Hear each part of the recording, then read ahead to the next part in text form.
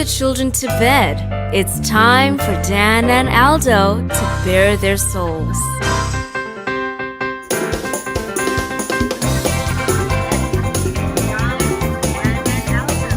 I love the Chicago Bears more than I do masturbating, and that is a lot.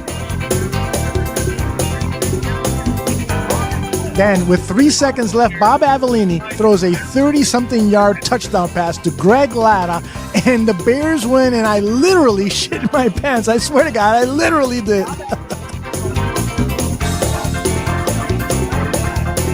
Eric Kramer, for me, I love the guy. He's a tragic figure. I mean, he embodies all that is. If they don't run the ball here, I'm going to vomit. I swear to God. Look, I don't mean any disrespect. He just didn't play that well. Not for a guy of his caliber. You know, they won, but I'm going to be miserable all week because they stunk. I don't really have any recollection of that at all, but I guess perhaps I blacked it all out. So, Dan, tape is the ultimate tool for scouts and for coaches to evaluate players, to detect plays and so forth. And they spend hours looking at tape, right? Why do they so often get shit wrong? I love the efficiency of bourbon. Ladies and gentlemen, Dan and Aldo.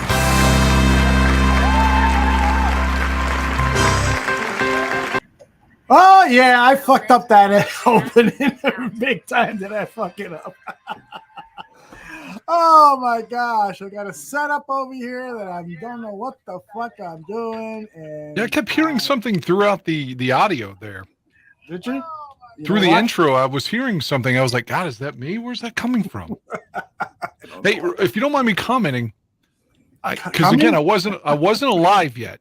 But on the intro, I've heard that story about Greg Latta so many times, the late Greg Latta. But I did a deep dive on the 77 Bears recently, and that was the first of 6 straight victories to get them into the playoffs. So if Latta doesn't make that catch, they don't make the playoffs. And in typical Bears fashion, they have to beat the Giants to get in, and of course miss like 3 field goals, including like a 19-yarder, before finally, for the love of God, in a nice storm, Bob Thomas finally makes one.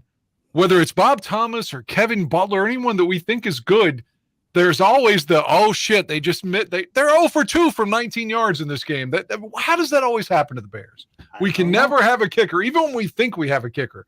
It's like Butler was there forever, Thomas was there forever, but they both are missing 19-yard field goals in the clutch. Yeah, Dan Aguirre coming in hot on this episode of Bare Their Souls. I've been watching a lot of old games. Our guy Ron got his today. Yeah, his big package games, of 80 football games I mailed this man. It took me like 4 weeks to do it. So, and then now I feel like I've earned our Bears-Raiders tickets from him. Nice. And what about Aaron Current? Have you do you know who this guy is at all? Yeah. I met Aaron last year or 2 years ago before the beatdown in Cleveland that we were all privy to in that bar. We were watching UFC together, remember? That's right. Right. What was the name of the drink that we were having, Aaron? Do you remember? No, I do. Lick my pussy shots. My wife definitely. My wife made you go order them from that little college girl. Exactly. I was like a little ashamed to order it. She goes, "Come on, say it." I don't want to say it. I want to do it, honey. But indeed, Aaron Current, co-host of the Barfly Tailgate Show, is with us. They are on primarily during the season and during busy off-season months, and they might have a very special show coming up real soon, maybe as early as Sunday. AC, you want to talk about it? Yeah, we got it in the works. As everybody knows, our guy, my co-host KB, his cousin Andrew Billings was fortunate enough to be signed by our Chicago Bears, something that I want to say we spoke into existence on BFTG when we had him on. We were definitely throwing our recruitment at him like Nick Saban to get him in Chicago, and it seemed to have worked. He is down in Florida. I don't know if he wants me to disclose this or not, but he is down in Florida working out with some other Bears players right now. So we're trying to work it out with his schedule and our schedule. We're hoping this Sunday, but definitely stay tuned. Obviously, subscribe to the Barroom Network here on YouTube, and when we go live, hey, you guys will know. Mm-hmm. Yeah, I gotta tell you, I mean, I'm not bragging just because they're on the Barroom Network, but the Barfly Tailgate Show is one of the best shows you'll find to get you prepped up for games on Sunday. They do an hour and a half, sometimes 2 hours, sometimes a little more. They got a great cast of characters, a diverse group with plenty of opinions. It's a well-produced show. AC didn't know anything at all about the business when he first started. You know, he was to say that you were a novice would be a kind thing, right? Wouldn't it be? Yeah. I was a complete amateur. Had no idea. Had never been on shows before. I was just a fan, and you've kind of taken me under your wing, and I appreciate everything you've done for me, Aldo. I love talking Bears. Everyone who knows me knows I'm a huge Bears fan. I'm one of the only ones in Kentucky, it seems like. But I don't know. I love talking it, and I feel like that's our weekly therapy session, good or bad. And it's definitely, it's nice to get on there and talk with the guys. I mean, we've become really close, especially myself and KB. That's my brother. We'll just reach out and text each other, see what's going on. We've been enjoying our summers, though. It has been nice. I took a trip down to two Florida. Famous ACs. All right. Right. AC Slater from Saved by the Bell, and AC Al Cowlings, the man who drove O.J. Simpson during the chase 30 years ago, 3 days ago, June 17th, 1994, 29 years ago, the chase.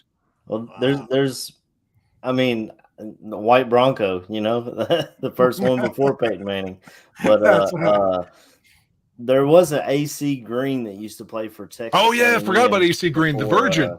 The Virgin, right? That you ever been compared to AC Slater? Well, but Aaron, you ever been compared to AC Slater? It's not just a no; it's a hell no. By the way, I got to give props to Phil and Shane, particularly Phil. He was the one that, you know, said, I love this AC guy. And I wasn't privy to what was going on behind the scenes when they brought you first onto the show, but it was Phil really that discovered you. And then I said, wow, this guy's got some talent. He was funny as hell. And that first year took a while to get it out of you. And now the Barfly Tailgate is now, the subtitle is the Aaron Current Show. The AC show. Yeah. It took me a while to come out of my shell. Now they sometimes wish I'd shut the fuck up, I bet. We got a great show planned for you today. We're going to talk a lot of Bears. We're going to talk about a few other subjects, anything that comes to mind. Dan, what's been happening in your side of the world? You know, you and I have not talked or texted much with each other as we normally do. What's been going on, brother? I don't know if I mentioned this on air or not, but I may have skin cancer. I don't want to sound melodramatic, but they did a biopsy and I'm supposed to go back tomorrow to find out the results. And I'm hoping that the results are negative. They removed something from my arm that looked like if on Friday the 13th, part 3, they were like, let's see a close up of Jason's arm. It would have been my arm. Cause that's how nasty this fucking thing was. The cyst or whatever they cut off, a skin tag. I don't know what the fuck it was, but it looks like something that would be grotesque on a horrible human, or not even human, just a killer like Jason, you know? But so hopefully I'm going to be okay. And other than that, I know this sounds like I'm telling you I bought an 8-track player, but I bought a new iPod because my other one was shorting out, and it just takes like fucking 6 months to upload the music to it. But it's 64 gigs, so it's like the greatest invention of all time. So nice. Well, I've had a lot of biopsies done. I'm sure yours will go the same way mine did, you know, and that you'll be fine. But yeah, it is, you know, once you start thinking about it, holy shit, what if I got cancer? Fuck. It does, it can play with your mind, but I'm sure you're going to be fine, brother. Well, the thing they took off had like some discolor. It was like flesh color, but it had white on the side. So they were worried about that discoloration. So they wanted to do the biopsy. You sent me a picture of it, and I do got to admit, it looked like something out of a Freddy Krueger movie, man. That's what I'm saying. It just, God, it's just like, did somebody pour toxic waste on my arm? But please don't show it. That's just horror. The lady I work with said, at least it wasn't on your cock. And I was like, yeah, I got that going for me. When I was got to keep every inch of that. Yeah, really. When I was 18 years old, I had a growth on my cock, like one of those tags that you get. I had it on my cock, and so I'm putting vitamin E oil. I'm doing anything possible before my girlfriend sees it and says, "I ain't gonna suck that." God, it fell off like about 3. I don't know. I forget, but it fell off like weeks later. It's like, what the fuck on my cock? Jesus. When I was in the 5th grade on Thanksgiving Day, 91, the Bears were playing Detroit that day. I got measles. Mm-hmm. I'm the only kid in the world that had measles past 1950, but I got a couple of measles on my cock, even though I was 11 years old. I knew this wasn't good, but thankfully they went away. Jesus. I hadn't had any pussy yet at 11, but I knew that I was never going to get any if those measles didn't go away. If Jay Cutler's kids get measles, they're fucked. Good point. What about you, AC? You ever had any hemorrhoids or anything? I can't say that I have. I've never had any, knock on wood, never had any growths or anything on. I mean, there's not a whole lot of surface space there to have anything on, so I can't say anything's been hanging off of it that I could think of. That's good news. By the way, Tooch will be joining us a little later. He's waiting for the girls to fall asleep, and so he is on the controls here in the chat room. So whenever you see a comment from the Barroom Network, it is from my man Johnny Santucci. And AC just said something about wood, so that of course prompts me to share the weather with you. And so today's weather in Chicago was a beautiful, breezy 85-degree day, and it was just going to be gorgeous tomorrow and Thursday and Friday and Saturday. Great weather coming up.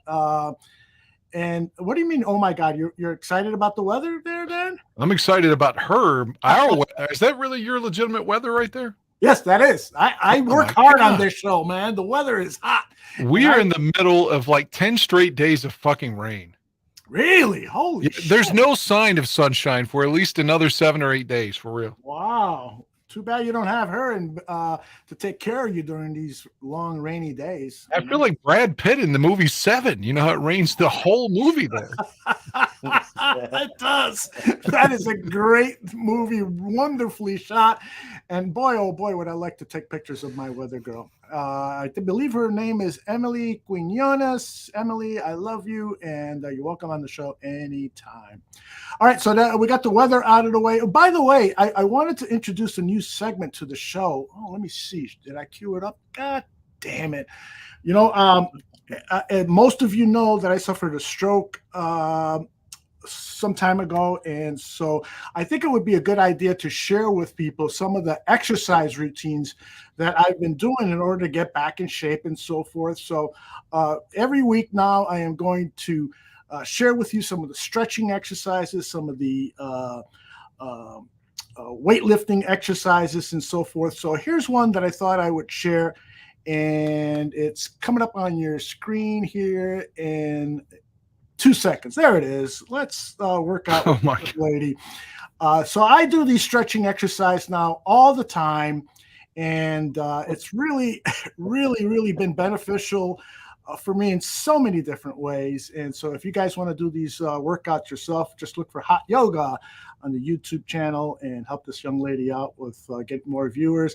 I certainly have been a fan of her work now for about 69 hours. So, well, no offense. I'm glad that, I mean, I love you and all, but I'm glad we're not seeing footage of you doing that exactly. You'd have those old coach shorts on, the bike shorts. Yes. Oh, man. All right, let's get rid of that. Why am I having all sorts of problems here? Technical difficulties. There we go. I think we got it now. The weather will be hot with a chance of yoga. But Tooch needs to be a comedy writer for a sitcom. He would make millions of dollars with his one-liners and his ideas. All right, so let's talk some football here. Where do we begin? I want to talk first about the Hard Knocks. It appears that there are 4 teams that are supposed to be among the ones chosen to be on HBO's Hard Knocks, a very popular behind-the-scenes show of training camp and so forth. And so I'm reading on social media a couple of days ago, well, the Bears are not going to be on Hard Knocks and so forth. And I go, well, who's the source? Oh, Mike Florio. And I go, oh, shit. That doesn't mean anything. So I pulled the interview of him on 670 The Score talking about the Bears' chances or the claim that the Bears are not going to be on Hard Knocks. And this is exactly what he said. The Hard Knocks show not yet picking a team that still hasn't been decided. The Bears were kind of breathing a sigh of relief because it was supposed to be the Jets. That hasn't been announced yet. We know George McCaskey wants no part of Hard Knocks. Is it possible the Bears could still end up on this thing? I think it would be great to force a team that doesn't want to do Hard Knocks to do Hard Knocks. I think that would be awesome.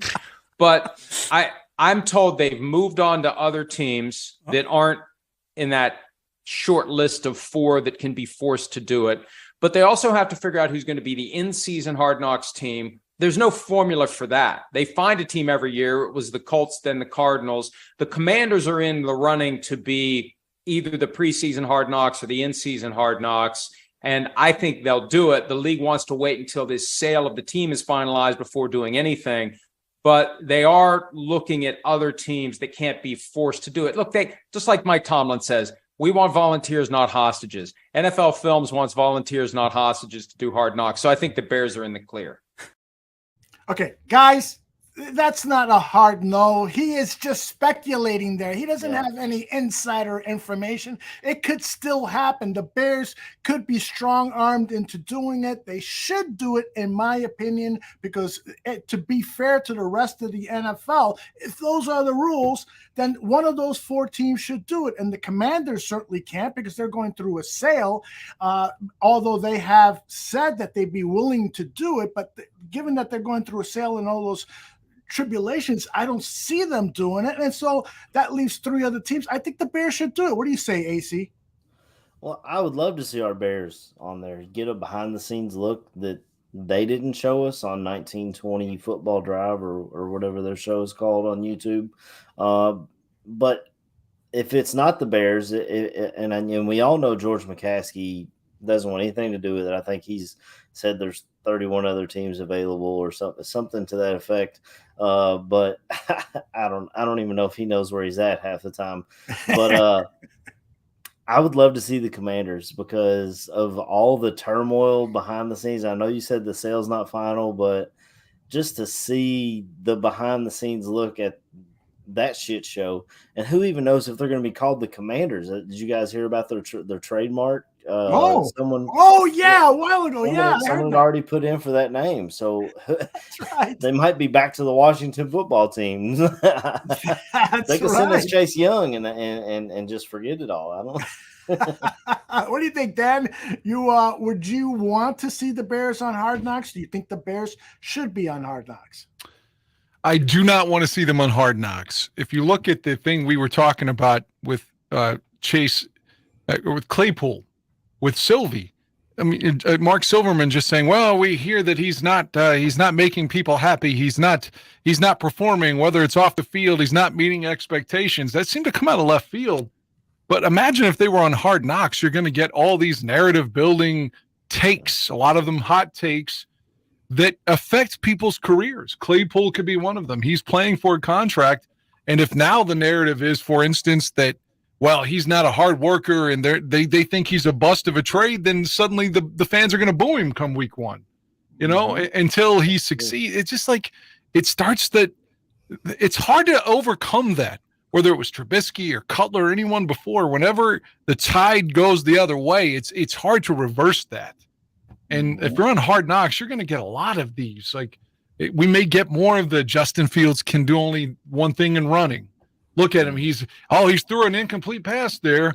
I don't think he's got it. Like, I don't want to have to keep defending Justin against that. Like, That's our summer. If they get on there, that's what we're going to be doing. Yeah, I agree with Cliff that this is a really good year for the team to do it. And I think that, I expected the Bears to have a winning record, and I expect them to contend for a playoff spot. And I really do think that they can win some playoff games and go far. So if that happens and they are showcased on Hard Knocks, it's going to be a really attractive place for high quality free agents to come in 2024 so that we can really build a roster with stars and depth. And so I think that strategically speaking, for the betterment of the team, this could be a really good thing for them to do. I don't think they should be afraid of it. I don't know why they should be afraid of it. They have control over what goes on the air, of what the cameras can point at. If they are confident with their communications team working with HBO and say, this is what we want you to show, this is what we don't want you to show, and so forth, then this would be a bona fide success for the team, for the fans, and for the NFL, because we know what the Chicago Bears mean to the NFL in terms of ratings. I think I'm just trying to throw something at the wall and see if it sticks.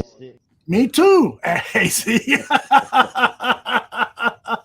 Yeah, I mean, and the whole Claypool thing, that came out from Sylvie, but then, and I know this is a questionable source at best, but I think Sports Mockery put something out that was like, he took excerpts from an interview that Ryan Poles did, and the way he was talking about the guy working this offseason with Justin Fields, he doesn't seem upset at all with what Claypool's been doing. He's dealing with a nagging injury. I mean, that's going to happen, It's football. Someone gets hurt every year. I mean, Justin hasn't finished a whole year yet. It's football, man. That's what happens. But I feel like I can see both sides of it, and Dan, I agree with what you said, where people are just jumping on Claypool because of what we gave up to get him. But I mean, we're all pulling for him. You know how Chicago is. When they find someone that they can root for, they get behind them full force. I mean, but whenever that tide turns and there's a reason to boo the person, it's hard for that player to overcome that.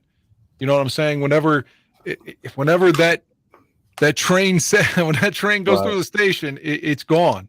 It's hard to get it back. I think the Bears would have been perfect for something of this nature during the Ditka era. Of course, it didn't exist yet, but that team with all those personalities and that, you could call it arrogance, if not confidence, that team would have resonated with everybody. This team here, we're still just trying to learn to win and pull up our pants or our diapers or pull-ups, whatever the fuck, and get on our training wheels, and we're still trying. So we don't need that shit, in my opinion. We don't need it. Let's start completing short passes, Justin, and let's try to win. Yeah, I mean, I can agree with that. If they're not on the show, I'm fine with that. I'd love to see my Bears as much as, well, you know how we consume Bears content. It's a never-ending story here. But with these young guys, man, a lot of those Hard Knocks episodes, that's who you see. That's who gets broadcasted. Last year, I think when the Lions did it, they had Rodrigo, who was became a huge star, ended up starting middle linebacker. And there's always a guy or two like that where they showcase them on the show that may not even necessarily make the team, but it's somebody that people get to know because they see them in their living rooms every week. And then all of a sudden they maybe follow that player if they don't make the team, or if they're on the practice squad. Okay, well, what's going on with this guy, Yeah, and Cliff, again, with several good points here in the chat room, and in his latest one is, if they say yes, they can refuse future Hard Knocks for years, which would be great, and like you I said can earlier, if you win too. And right. If you win the Super Bowl, I think if you're in the playoffs, like, it's supposed to be a team that didn't make the playoffs that gets covered. Right. So there you go. There's your way out. Get us in the playoffs every year. Come on. Mm-hmm. And Don Burr is right that Detroit was asked, according to some reports, they were asked to come back again this season, but they said no. And I wonder if some of the teams are saying no, and I'd have to do the research here. I wish I would have. Do teams usually get off to a slow start when they are on Hard Knocks? I don't know if there's ever been a team that would have eventually ended up on the Super Bowl after doing Hard Knocks. I know the Rams were on recently, but that wasn't their Super Bowl year, was it, guys? Do you guys know? I have no idea. I'm not sure. I mean, the Lions got off to a slow start last year. Lost their first six, I think. When the Bengals were on it, that's when they had Marvin Lewis in town, and he was mediocre at best. He held that But the team. man, they couldn't get rid of him. He's like Michael Myers. Marvin Lewis was there like 24 seasons without winning a playoff game. Thank God he wasn't the Bears coach. Yeah, he was one of the longest tenured coaches there for a while. Without anything, without winning one playoff game. Right, That dude was blackmailing somebody in the I didn't know any Bengals fan. I live in Bengals country. I didn't know a single Bengals fan who was like, hell yeah, let's keep Marvin Lewis. Like, all of them were ready to get rid of him, but the ownership was just like, no. And actually, way back in the day, Bill, I can't remember who they ended up hiring, but they were looking at Bill Cowher before he went to Pittsburgh. He was supposedly coming to Cincinnati, and they passed on him. That was back. It would have been when they hired David Shula. Shula's son. Hey, Aaron, excuse me, Don Burr has a message for you. He says, tell AC Josh Pascal said hello. Who the hell is Josh Pascal? Do you know? Josh Pascal is a defensive end that played here at Kentucky. He had cancer in his foot in 1 year and bounced his way back and had a really good season. The Lions, they like to draft some Kentucky Wildcats up there. They got Logan Stenberger. I think he's still on their offensive line. He was a big nasty guard here at Kentucky too. So they definitely like going up there. Hell, I thought Will Levis was going to end up with them this year, and I was like, man, come on, I don't need another cat up there. And the Packers do the same thing. Randall Cobb tore us up for years. He played right here at Kentucky. They drafted Carrington Valentine in the 7th round this year. So, and I just got to watch the Bears continue to pass on Kentucky guys. But I mean, hey, AC, what do you think about Will Levis? Do you think he's going to have a good pro career? I was honestly, once he fell out of that first round, I was like, please follow the Rams. Because he already knows that offense. His good year was in that offense. He knows all that stuff. My computer just went dark for some reason. But I was hoping he fell to the Rams, but the Titans ended up going up and grabbing him. And a bunch of Titans fans that are Tennessee fans, Tennessee Volunteers fans, that is, were pissed off at the pick. They wanted Hendon Hooker, who honestly I think is going to be a bust. I'm sorry, Don Burr. I know that's your third-string quarterback or whatever. But – I mean, Will Levis, he had all the tools to succeed. If you go back and watch his junior year, the guy ran for 9 touchdowns, and he wasn't just running around, guys. He would run through you like a Josh Allen. That's why he got draft buzz. And then we lost our offensive coordinator. Liam Cohen went to the Rams. We brought in Rich Scangarello from the 49ers, and we had freshman wide receivers trying to learn this new offense, which is difficult all in itself. And we was replacing 3 guys on the O-line. So I believe that's why Levis had a bad year. He just didn't have anything around him. Who knows what will happen in Tennessee? I mean, he's got a hell of a running back, but I don't really know what else they've got down there, honestly. I was hoping he fell to the Rams. Yeah, I got to tell Dan this because I know Dan doesn't watch much college football, but Will Levis, the quarterback from Kentucky who is now with Tennessee that AC is just talking about, that guy in many respects reminds me of Jim McMahon in terms of his cockiness. In terms of athleticism, it's totally different. Levis is much more athletic. Jim McMahon was a better passer of the football, in my opinion. McMahon had that great sight. He can see the entire field as well. That's with one eye. Yeah, exactly. With one eye. Yeah, but Levis has that cockiness, like he would say things like, yeah, I'm going to throw at the combine. I want to show my cannon of an arm. Yeah, and he was like that here, and apparently that's what hurt him in the pre-draft process was they even texted Matt Jones, who does Kentucky sports radio here in Lexington, some guys that he knew in the NFL, because he does the ESPN show on Sundays, were like, hey, tell your boy he needs to calm down in these interviews, because I guess he was going into interviews like yeah, I'm gonna take y'all to the Super Bowl. Ain't nobody gonna stop me and this and that. And just like he did in the interview, they said, "You're throwing at the combine." He said, "Yeah, I got a cannon. Why wouldn't I show it off?" I mean, that's just the guy. That's just But there are the a kind of couple of guy guys he that have is. done that before. Josh Rosen and Johnny Manziel, that were like cocky, saying they were going to be winners and people are going to regret not drafting me. And then like, where the fuck are they now? So, I mean, yeah, exactly. Rosen was a guy that I was wrong about. Manziel, everybody thought he would succeed, but when I saw he went to Cleveland, I was like, I didn't watch Tim Couch go up there and get killed, and then they just blamed him for everything. So I already know Cleveland won't surround you with shit. They just expect you to do it, and if you don't, then you suck. But let's talk a little bit about Aldo and me up there. Say that, yeah, exactly, Dan.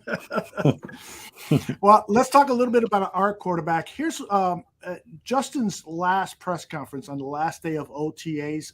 What I did is a mashup of his entire press conference. It was a 10-minute press conference. I whittled it down to 3 minutes and 40 seconds. So I'm going to play highlights of it. The topics of which that Justin is talking about are going to be on the screen. So I apologize to those who are listening on audio podcast. You have to listen closely to get the gist of what JF1 is talking about.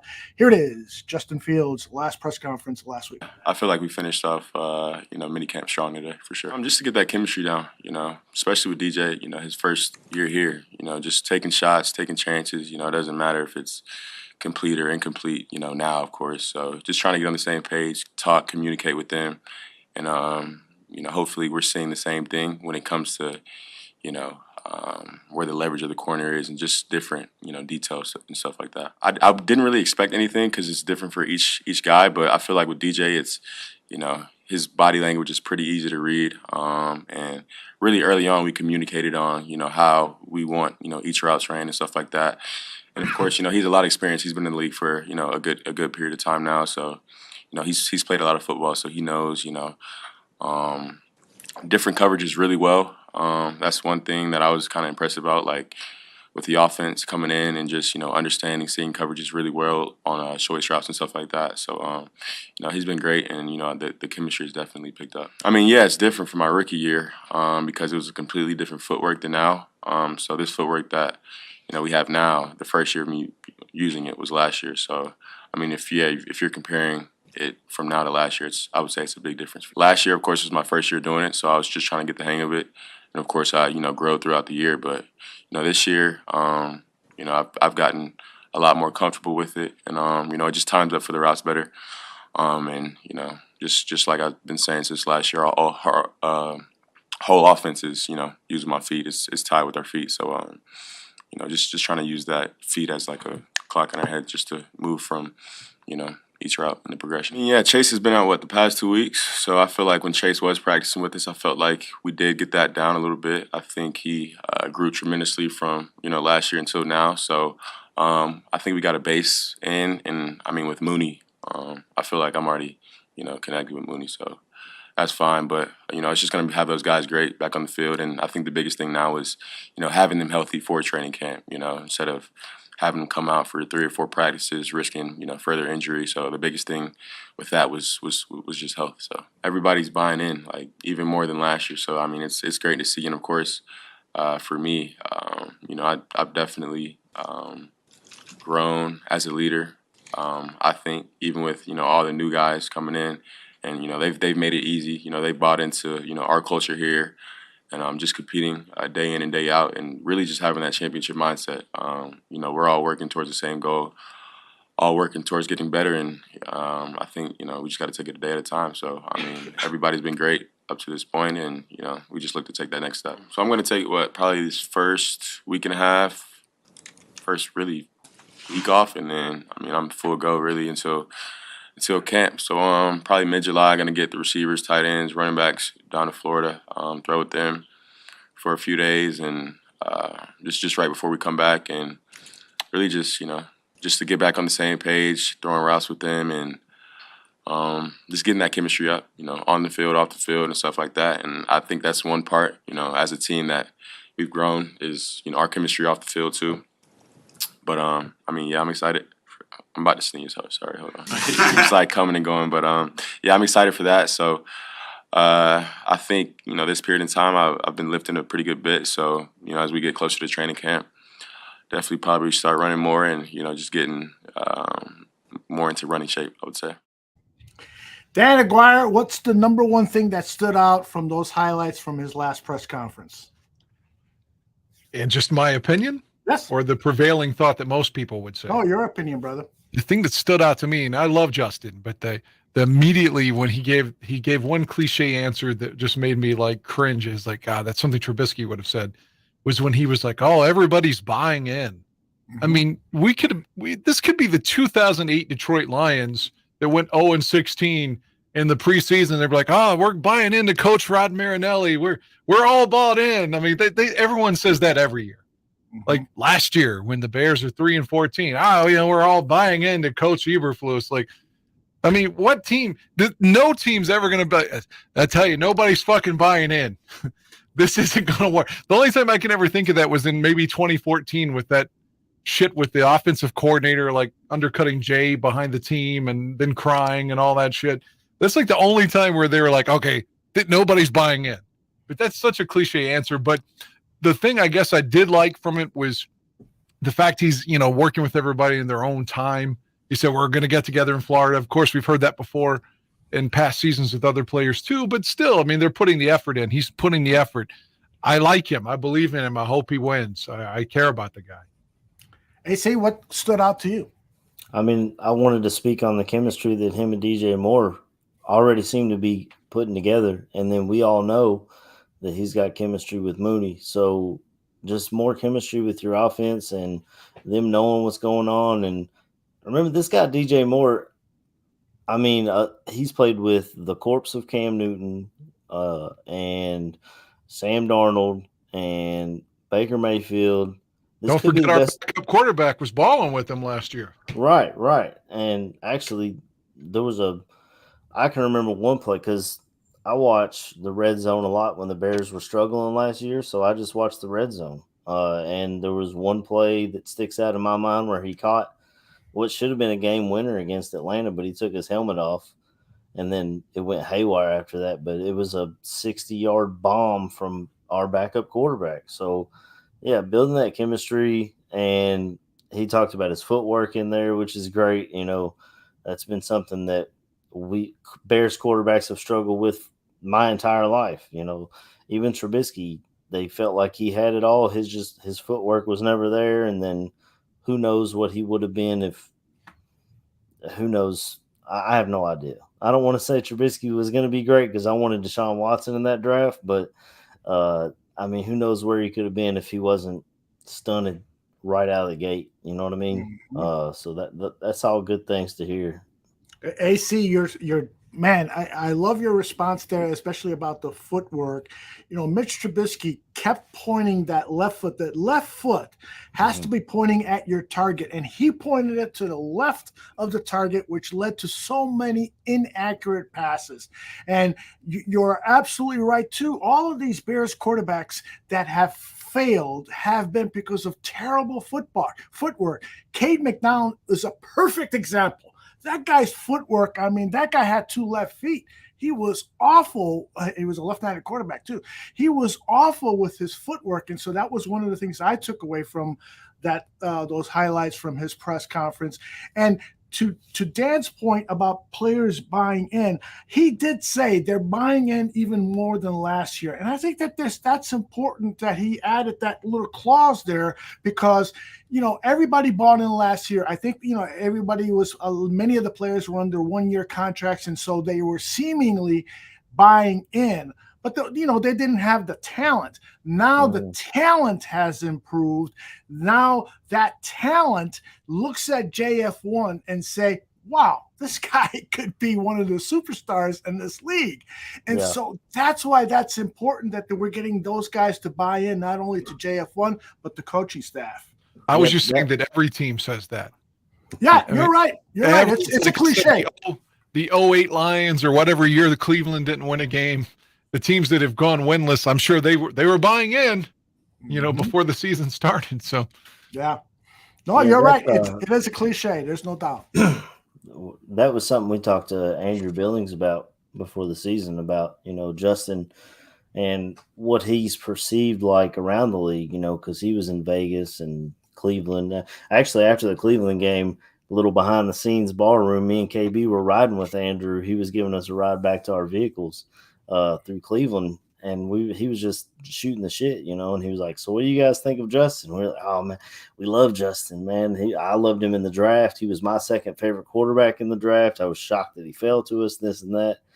And at that time, he was still, Brad, that was his first start. So he was just, gauging our reaction on what we felt about him. And we definitely brought that up to him, like, hey, is Justin a guy that is talked about around the league as like, that's a dude I'd like to go play for or play with, And he said he's definitely one of those dudes. So that helps, trying to get players in here to improve the team as long as we keep Justin. And thank God we drafted offensive line and invested in that. So hopefully we can keep him upright and he doesn't have to run for a mile and a half every game. And I'll take umbrage with that respectfully, though, because I don't think they put enough into the offensive line. They drafted the kid first with the 10th pick out of Tennessee. Again, he grew up here in West Virginia, and that's great. But no more offensive line picks the rest of the way through. Like I would have wanted a couple of more, in my opinion. I still think that's the biggest question mark. I mean, other than pass rush, when I look at the team going into the season, can they block for him? I mean, if Cody Whitehair suddenly the center again, I mean, like, God damn, man, like, are we going to see the same old shit from Cody? Like we always do, high snaps and just getting beat and pushed back. And I'm worried about Whitehair. I love that we drafted Darnell Wright. He didn't give up a single sack last year. And a lot of people wanted, Jalen Carter was right there for us to take. We traded out of it. I watched Jalen Carter live in Lexington do nothing against. I just told y'all all the issues we had at Kentucky. Jalen Carter has 0 sacks in that game. We're replacing 3 offensive line, and he can't get to the quarterback one time. So I was happy with that pick. And then we brought in the guy from Tennessee who knows this offense. They run that same type of offense. You still got Braxton Jones on the other side learning and getting better. I mean, Tevin Jenkins is a big question mark. And as you said, Cody Whitehair, if he's having issues. But I don't think that Eberflus is the kind of guy who's just going to say, yeah, stick out there, Cody, and work through it. I think if he doesn't work out, they'll pull his ass out. They already brought in Lucas Patrick. So that was their big free agent signing last year. I mean, if it doesn't work, they're just going to say, sorry, buddy, you lost your job. They're not scared to say that, I don't think. Mm-hmm. Indeed. And I agree with Squeegee here, that Fields' mechanics need to improve. It's not only just his mechanics, though. It's just the processing, which is the toughest thing for all young NFL quarterbacks coming into the league. The league it's so much faster. And when I look at, these tapes that analyze Fields' performance, it's the one thing that the Brett Colemans and these guys that I trust, like the Kurt Warners and so forth, they keep saying over and over again, throw the ball, throw the ball, throw the ball. It's open. The windows are shorter in the NFL, so don't expect to see what you saw at Ohio State where it's that wide open. So that's the key thing. And so that's a good segue to this next segment that I have here. Dave Wanstead, our man, Dan Aguirre, our man. By the way, do you remember when Justin said in his first preseason game that the game wasn't too fast for him? You regret saying that. There's no oh, my God. I just saw a great picture of Aubrey Plaza that I'm texting you. Oh, yeah. Send that to me, and I'll Did she take a bad one? Or This is at Dodger Stadium. She's showing some fucking legs, man. Okay. Well, let's see what you got here. Oh, my goodness. I think she's part Puerto Rican. Oh, she is amazing, is what she is. Yeah, that's Aubrey Plaza. She is a comedic genius in my mind. She's got great timing on her jokes. She's got that dry sense of humor. She's phenomenal. I'd love that. Hey, Aubrey, if you're listening, her in Parks and Rec with Ron Swanson. I know she's been in a lot of roles and she's really blown up since then. But her in Parks and Rec, I love her character in that show, and how she plays off Ron Swanson's character is just her and Robert De Niro is like, yeah, that's hilarious too. Yeah, Oh. they say some dirty ass shit. Oh my gosh, she needs. I don't know what kind of an award, because the Oscars are definitely not going to give her an award, but she needs some kind of award for that performance. Well, De Niro ain't scared, man. He's about to have another baby. No, shit, Pacino. Yeah, Pacino Yeah. too. Yes. Joe Pesci's in the corner, like, damn, I need to step my game up. Yeah, Pesci's like, order me more Viagra. Okay, this is Wani talking about the Bears need to improve in 2023, and Justin needs to improve. I think this needs to be a reasonable improvement year for Justin Fields. You know, I mean, he doesn't need to go out and be Aaron Rodgers, okay, when he was at Green Bay. I mean, he needs to improve 100%, but I think it needs to be reasonable. Yes, Justin Fields needs to perform. I think it's the Philadelphia Eagles blueprint. You know, I mean, let's all, if we're all honest with ourselves, me included, before last season, I wasn't sure if Jalen Hurts could be the guy.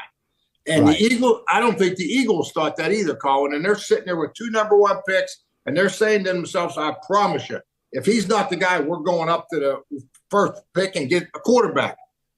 The Bears, I don't think it'll happen. No one's talking about it, but they have the draft picks to do something if it doesn't work out. So I apologize that I had to show the image of Colin Cowherd there. I was trying as much as possible to cut him out, because I know how Chicago Bears fans in particular hate Colin Cowherd. Well, he knows how to rile them up. He knows what's going to get him views. All you got to Exactly. do is say the name. He's figured out that formula to irritate fans to the point where he gets all the clicks, he gets all the attention and stuff. But I thought that was an interesting thing. What do you guys think? I'll start with you, Dan Aguirre. What do you think about what Wani said regarding Justin Fields must improve this year? Because if not, the Bears have 2 first-round draft picks next season, and they could be selecting a quarterback. I think it was a valid comparison, the dichotomy between he and Hurts in Philadelphia, and just saying, you know, the Eagles could have traded up and taken another quarterback, but they decided, oh, well, you know, he did take us to Super Bowl 57. He's our guy. So hopefully Justin could imitate that and be our guy and take us to Super Bowl 58, but win. That would be great. But yeah, I agree with his point wholeheartedly. For some reason, if he's really bad, if he just like is, you know, because you mentioned Cade McNown earlier, he did okay in 99, and the sky was a limit, it looked like, going into 2000. And before that season was over, the Bears thought, okay, we've got to move on from this guy, even though it's his first year as a full starter. So if he falls on his face to that extent, to where players don't even want him in the game, which is what happened to McNown, and I don't foresee this happening, then you could go help and draft another quarterback. So I think his point is very valid. And I hope that the Bears start winning some games so that Fields can get that off of his back, where that's not the topic all the time. Like either, hey, why can't you do anything but run, or the Bears need to move on from you. It's like, man, come on.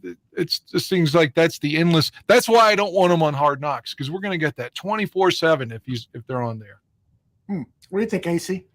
Yeah, I can agree with that, and I agree with Wani completely that's got to be the blueprint. You know, they just like he said, Jalen Hurts, they were calling for his head. They wanted him out of Philly.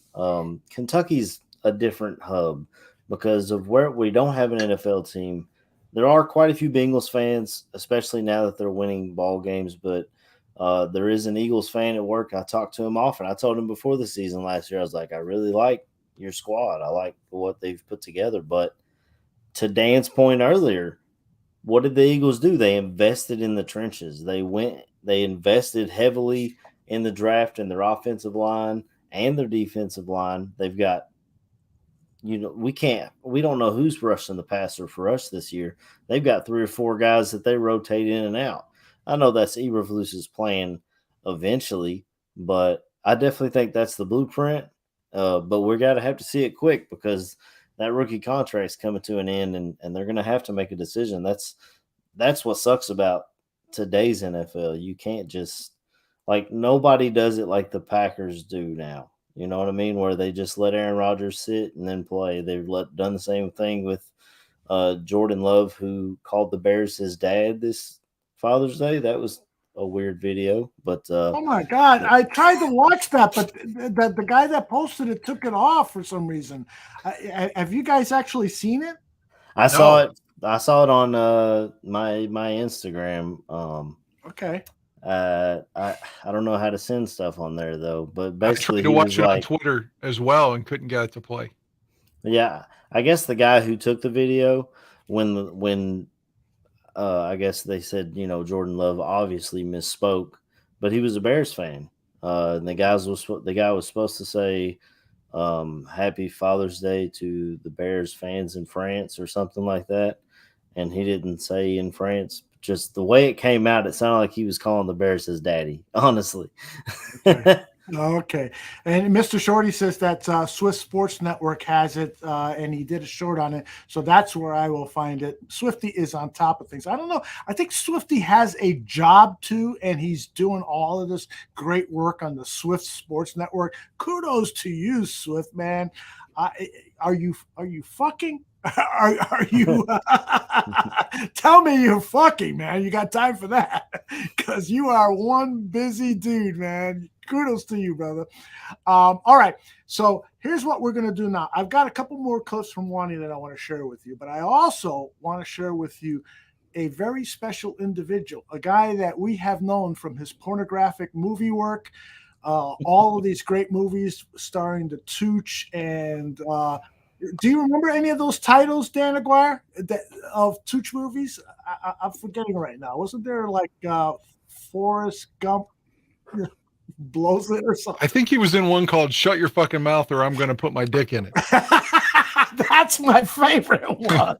That's my favorite one. Absolutely. That is my favorite, which is funny because that's what I tell my wife all the time. Oh, let's stop with that, Aldo. All right, here we go. We're going to go to the Bear State of Affairs.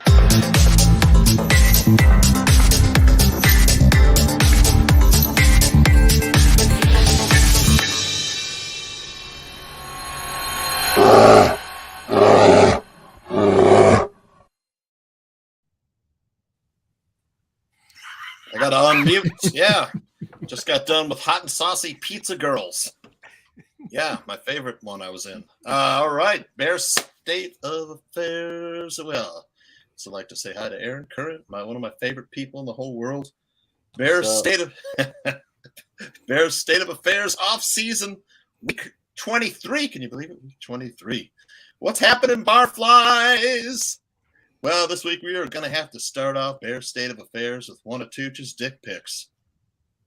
Yep, this guy. Yep, this guy. Possibly one of the dumbest tweets of all time. Jordan Love. He became a dick pretty quick by wishing Bears fans a happy Father's Day. What? Does this mean that Bears fans are his daddy? Yeah, shouldn't the tweet have been something like, Dear Bears fans, just wanted to tell you that Aaron says thank you for the Father's Day wishes. And also, I'm ready to assume the role of being your daddy. Or even something as simple as, Dear Bears fans, thanks for all the Father's Day wishes. Shit. I'll tell you this, Love's display of stupidity should give the Bears plenty of confidence going up against a quarterback this dumb. Not only that, but the Bears have plenty of bulletin board material for week 1 and possibly through the entire season all the way up to week 18 if they want it. That's how dumb the tweet was. Nonsensical. And it provides the Bears with plenty of motivation come game day. And Jordan, if you're watching and want me to write your tweets for you, you can't afford me.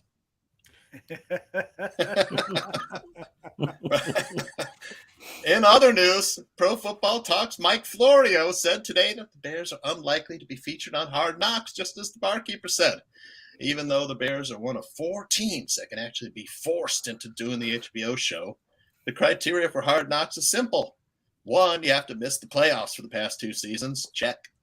You have to have a first-year head coach. You can't have a first-year head coach. Check. And 3, you can't have hosted Hard Knocks in the past decade, unless you're the Lions. There are only 4 teams that meet all of these qualifications.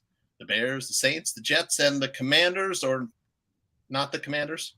But it shouldn't sound like Chicago. It doesn't sound like Chicago will be forced into doing it. According to Florio, the NFL has moved on from teams that are among the 4 teams who meet the aforementioned criteria.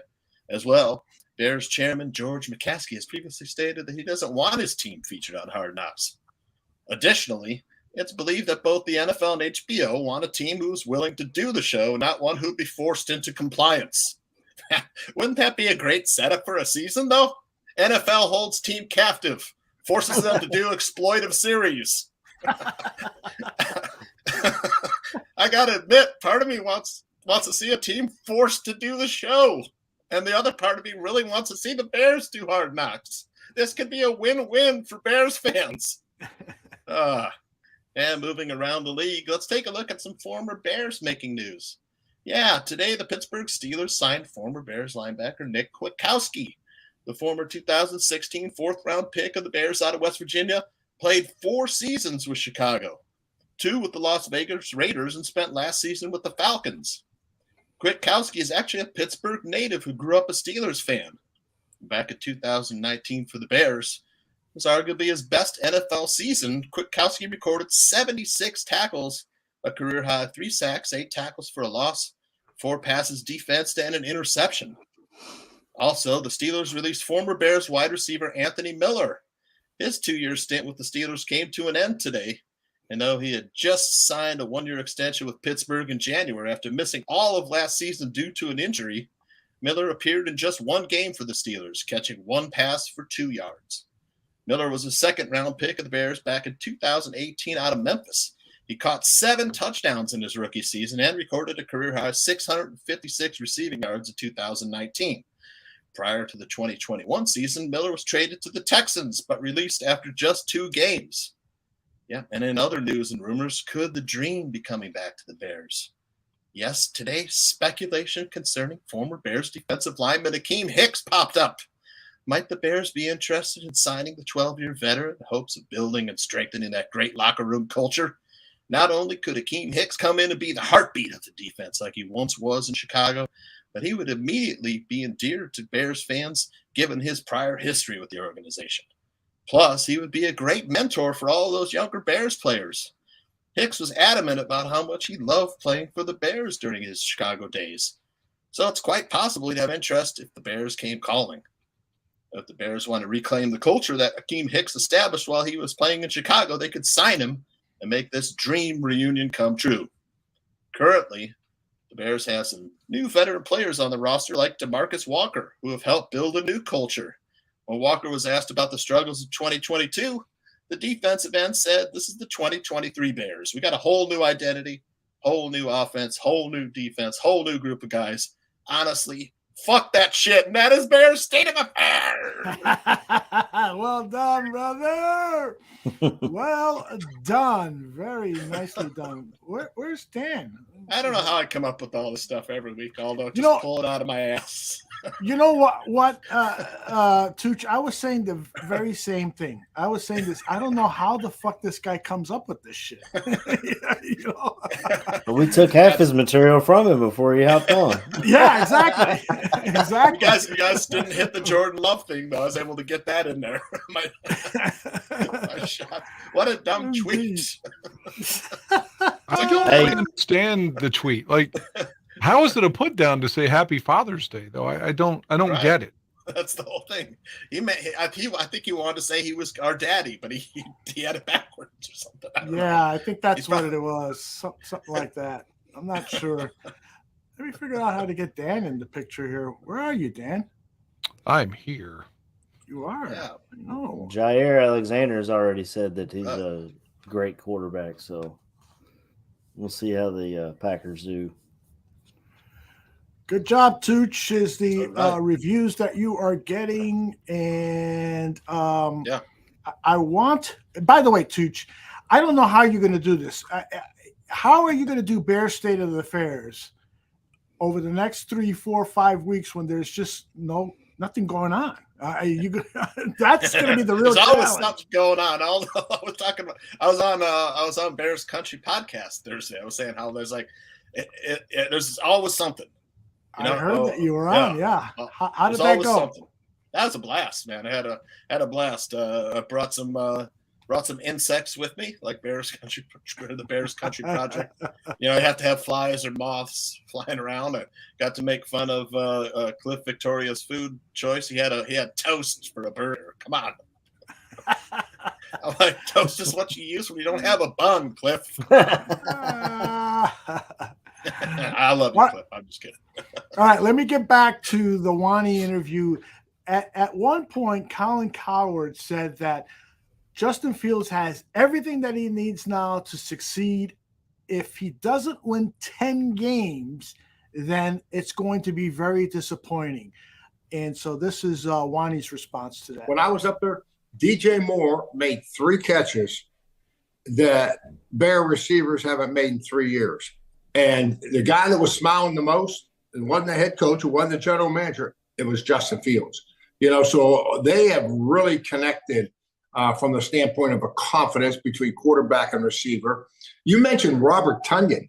I think he might be this. You talk about a steal in free agency.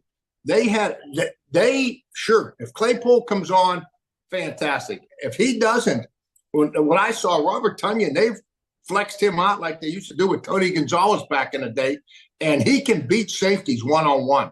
I mean, he is that type of athletic tight end, or you bring him in tight. So that's a heck of a signing for the Bears. It truly is. So I think they feel real good about their passing game, and and they're going to be committed to running the ball. The whole key, and I was up there, and Luke Getsy, the offensive coordinator, he worked for me at Pitt. I got a great rapport with him, and he said, we got to take the next step. We're going to take the next step. We got to be balanced. We got to be balanced in this, and so it's exciting. But I do agree, they do have the weapons. They do have the weapons.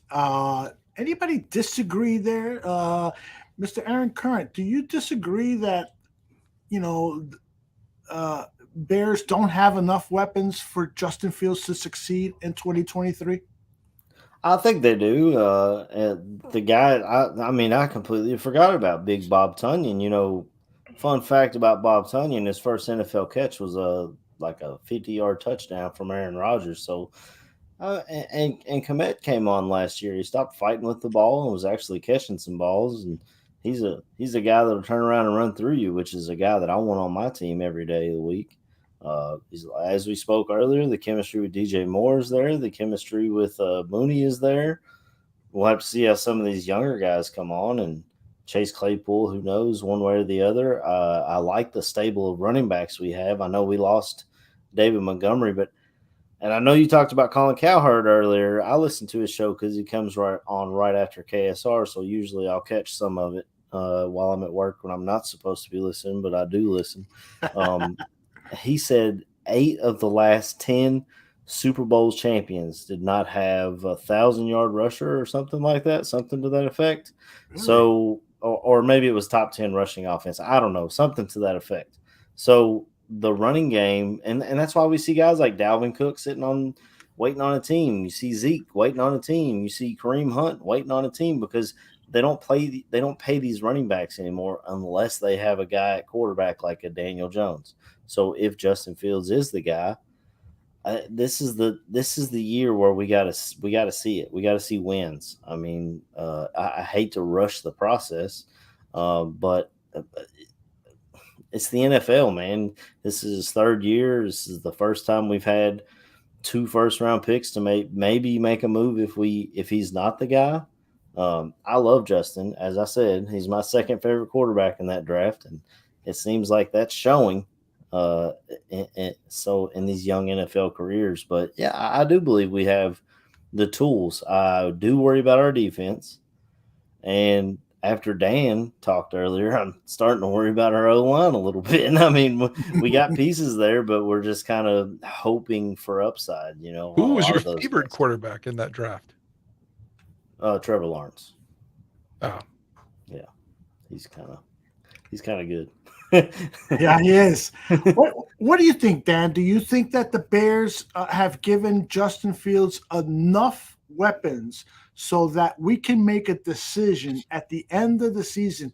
This is our quarterback, or this is not our quarterback. No excuses. On the face of it, it would seem like yes. but I worry. Like, it seems like whenever the Bears have a couple of good players, they're like, well, you know what? Let's sit somebody out that could be active in doing something. Just we want to get St. Brown in there just to block. We want to get Dante Pettis in there just because it's like they'll always. It's like, well, you could have had Tongan and Komet at the same time, but you know what? Let's make one of them inactive. I feel like the Bears always. It's like they don't know how to utilize their talent when they get a bunch of good players together. Like for years, I was like, man, why not use Thomas Jones and Anthony Thomas in the backfield at the same time?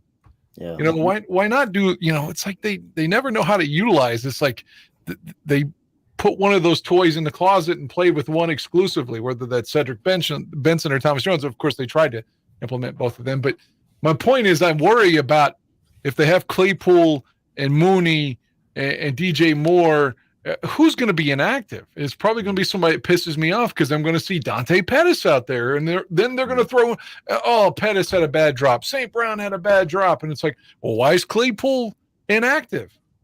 That's what I worry about, something like that. But on paper, yes, it would seem that their running backs, they should be 3 deep at running back, 2 deep at tight end if no one's hurt, and 3 quality wide receivers, in spite of what the rumor is or the innuendo now on Claypool. Actually, can I ask you a question?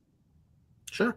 Mark Silverman's a guy that was a Bears beat writer for years and, of course, has done great radio for 2 decades in Chicago. He's overcome cancer, so I'm not taking any shots at his credibility or anything. But as a person like Silverman, does he have the responsibility, if he's going to make a blanket statement about Chase Claypool and people aren't happy, can he do all that on deep background like that and just fucking paint this kid as a failure? And again, that starts that narrative where everyone's like, oh, yeah, it was a bust. I feel like it kind of pissed me off when I saw it. I'm like, how can he just say this and without any proof or any name dropping? Or, I mean, you can do it, but is it irresponsible? It almost comes across as malicious to a certain extent. Like, why are you targeting Claypool? So let me answer that because let's be clear here. Now, I have not listened to the clip, and I apologize to you, Dan, and all of our listeners. I was supposed to pull the clip, and I forgot to.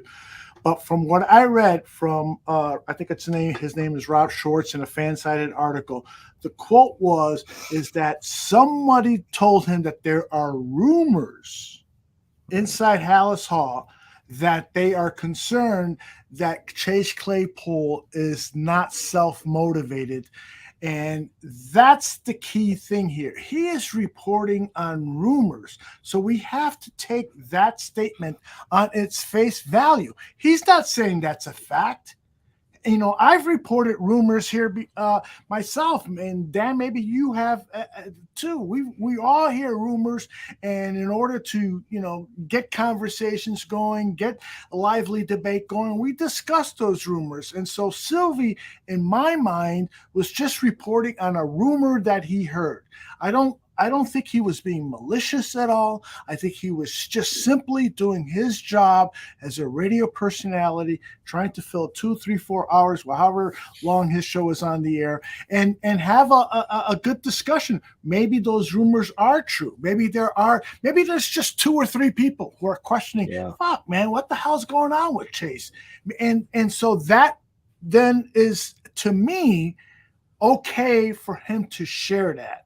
Now, but again, the key thing here is that he said they were rumors, not fact. Greg Gabriel shot that down, didn't he, though? Yeah, Greg, oh my gosh. Greg, hates the Chicago media. And Greg comes from Buffalo, where the media is not as as robust. They don't have as many media people covering the Bills as in Chicago. And he just feels that the Chicago media is out to get the Chicago Bears. And that to a certain extent is true. There's been a lot of failure over the last 20 some years with the Chicago Bears. And so there isn't a high level of confidence in the George McCaskey era of the Chicago Bears. And so I don't blame Dan Wiederer for his negative comments and some of the other reporters for the negative comments, because the proof that that they deserve those negative comments is in the one-loss record. I mean, Dan Aguirre himself, who has been critical of Dan Wiederer, Dan Aguirre himself has been very, very critical of the Chicago Bears as a fan. And I understand the difference between Dan Wiederer complaining about the Chicago Bears as a sports journalist and Dan Aguirre complaining about the Chicago Bears as a fan. I understand the difference, but there's still a bond there. We just have not seen this organization do well, and so they deserve our skepticism.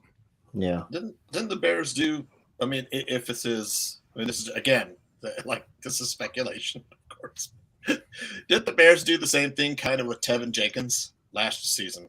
Yes. Tevin doesn't really work that hard. The same thing, lighting a fire under Tevin's ass, like the same thing under Chase Claypool's ass. Maybe, it might be a little bit of truth there, a little smoke where there's fire, where there's smoke. And what did we finally hear from Tevin when he was like, man, it was such a weight on him, thinking every day was his last practice and he was going to get cut and he didn't know where he was going to live, and just that immense amount of anxiety that they gratuitously put on this guy, in my estimation. The guy's he's going to play his third different position. I guess technically his fourth then, right? He's played probably both tackles at one point, now both guards. He's done everything but center. Yeah. It's like, God damn, man. At some point, you just have to put your arm around him and say, you're our guy. Greg Gabriel has said that he thinks, and and I believe Greg when he says this, he hasn't heard this directly from anyone at Hallis Hall, but that he is speculating that some of those stories about Tevin Jenkins were planted by the Chicago Bears organization in order to motivate. Yeah, that's what I'm saying. Yes, exactly. Yeah. Exactly what you were saying. And that's a tactic that we've seen other teams do, right, Tooch? They're giving them the private pile treatments. Private pile, you are born again hard. Maybe we can bring the weekend in to hit him with a brush. Right. Yeah, we're going to talk about that shortly. That's a great scene, but we're going to talk about that shortly. All right, I got one more clip from Wani talking with Colin Cowherd. And by the way, I listened to AC. I listened to Colin too. When I don't listen to him on the radio, but when that time period when he's on television and I'm searching for sports talk and I see that he's on, I will definitely listen to him because he's a very talented sports broadcaster. Yeah. He's got the great voice. He knows how to rattle people and so forth. I don't agree with what he says, but I know that's what he's trying to do. And he does it to everybody. I've listened to Colin Cowherd come on and say, you can tell the NBA story. What did he say last week? He said, to tell the NBA story, you have to have Duke because of Krzyzewski and Kyrie Irving. You have to have Kansas. You have to have, I don't know, I think he said he spoke of a bunch of teams, but he said you don't have to have Kentucky to tell the NBA story. And I was like, dude, for real? Like, Pat Riley came here to Kentucky. He's one of the most successful coaches, GMs, and everything else in the NBA history. Mm-hmm. But yeah, you can't tell the NBA story without Kentucky. Yeah. Anthony Davis with the Lakers, Jamal Murray this year won a championship with the Nuggets, and on the other side you had Bam Adebayo and Tyler Hero both playing for the Heat. So either way, there was a Kentucky guy getting a championship this year. But yeah, so this is what he does. He's going to come on. He's going to jab you a little bit because he knows that's going to get clicks, that's going to get likes, that's going to get shares. Look at this idiot. You know what I mean? And I feel like Chicago media does that quite a bit as well. I remember when I used to do 100 Proof with Phil and Shane. I would fucking say shit just to antagonize them. And Phil would get pissed off at me during the show. And then after the show, he would send me a text saying, "Oh, I get what you were fucking doing." I got you. Yeah. Yeah, because it makes for good listening. Because if all four of us, Dan, Tooch, me, and you, are all agreeing on this show, it could get kind of boring. But I'm going to challenge you. I'm going to play the devil's advocate, to make it sound good. Now, what I want to do here is maybe Wani's going to play the devil's advocate for us here, because he makes a prediction of the Chicago Bears record for 2023 that I want us all to comment on. I think they're a 7-8 win team with Justin Fields showing improvement. I'm concerned about the Bears defense. I'm not concerned about their offense. I mean, their defense coach, the leading guy sacker for him was Brisker, the strong safety last year. I never heard of that before. The guy that got the most sacks on your team is a strong safety. That's scary. Now they got 3 free agents on the defensive line. They drafted 2 defensive linemen. The Stevenson kid, I'll tell you what, the guy they drafted in the 3rd round out of Miami, okay, Tyreek Stevenson. This kid, when I was at practice, he's going to be a starter at corner. And this is big. I was talking to head coach Matt Eberflus, and they run a scheme that's kind of like what we did at Dallas and kind of like what Tony Dungy did at Tampa. It's a combination of 2, with the point being that they have to get pressure with their 4 guys. They're always going to be one of the least blitzing defenses in the NFL.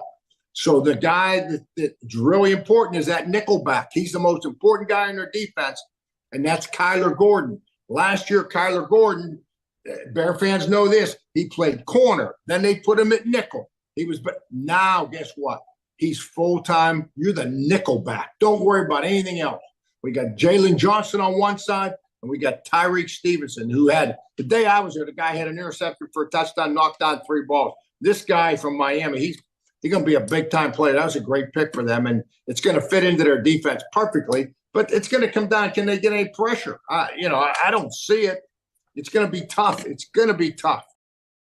All right, so here's what I want to do. I want to go to AC first, because he's got to wake up like in about 4 or 5 hours to go to his job. Where, by the way, buy Toyota, right, AC? Buy Toyota. Right. Hey, the resale value is through the roof, man. If you look through those lists that say, the worst resale value, there's not a single Toyota on it. I drive a Tacoma myself. My wife drives a RAV4. Yeah, buy Toyotas, man. Keep feeding my kids. I appreciate it. There you go. My wife is looking for a new car for the last 2-3 years, and we're leaning towards buying that RAV4. So before we go to the dealer, I want to give you a call so that you can give us some tips on what we should ask and stuff. But what do you think about Dave Wannstedt's record? And then I'll go to Dan and Tooch. I really like what he said about Tyreek Stevenson out of Miami. Before he went to Miami, he played at Georgia, so he's got the talent. The kid has talent to play. He's played at big-time colleges. He ran into some off-the-field issues at Georgia, got homesick, and went back to Miami. That's the whole reason why he went to Miami, is because he's from there. He's got really good talent, and a lot of people talk about the 32nd pick that we gave up for Claypool. We still ended up with a corner who apparently they like because they traded up for him. I do worry about the pass rush. I mean, we're hoping Gibson can get on track. He's playing his 3rd position in 3 years or something. We thought he might come back on track last year. He wasn't able to do it. It's do or die for him. He's in his last year. You know what I mean? This is the last year. If he doesn't put up this year, he's going to be gone.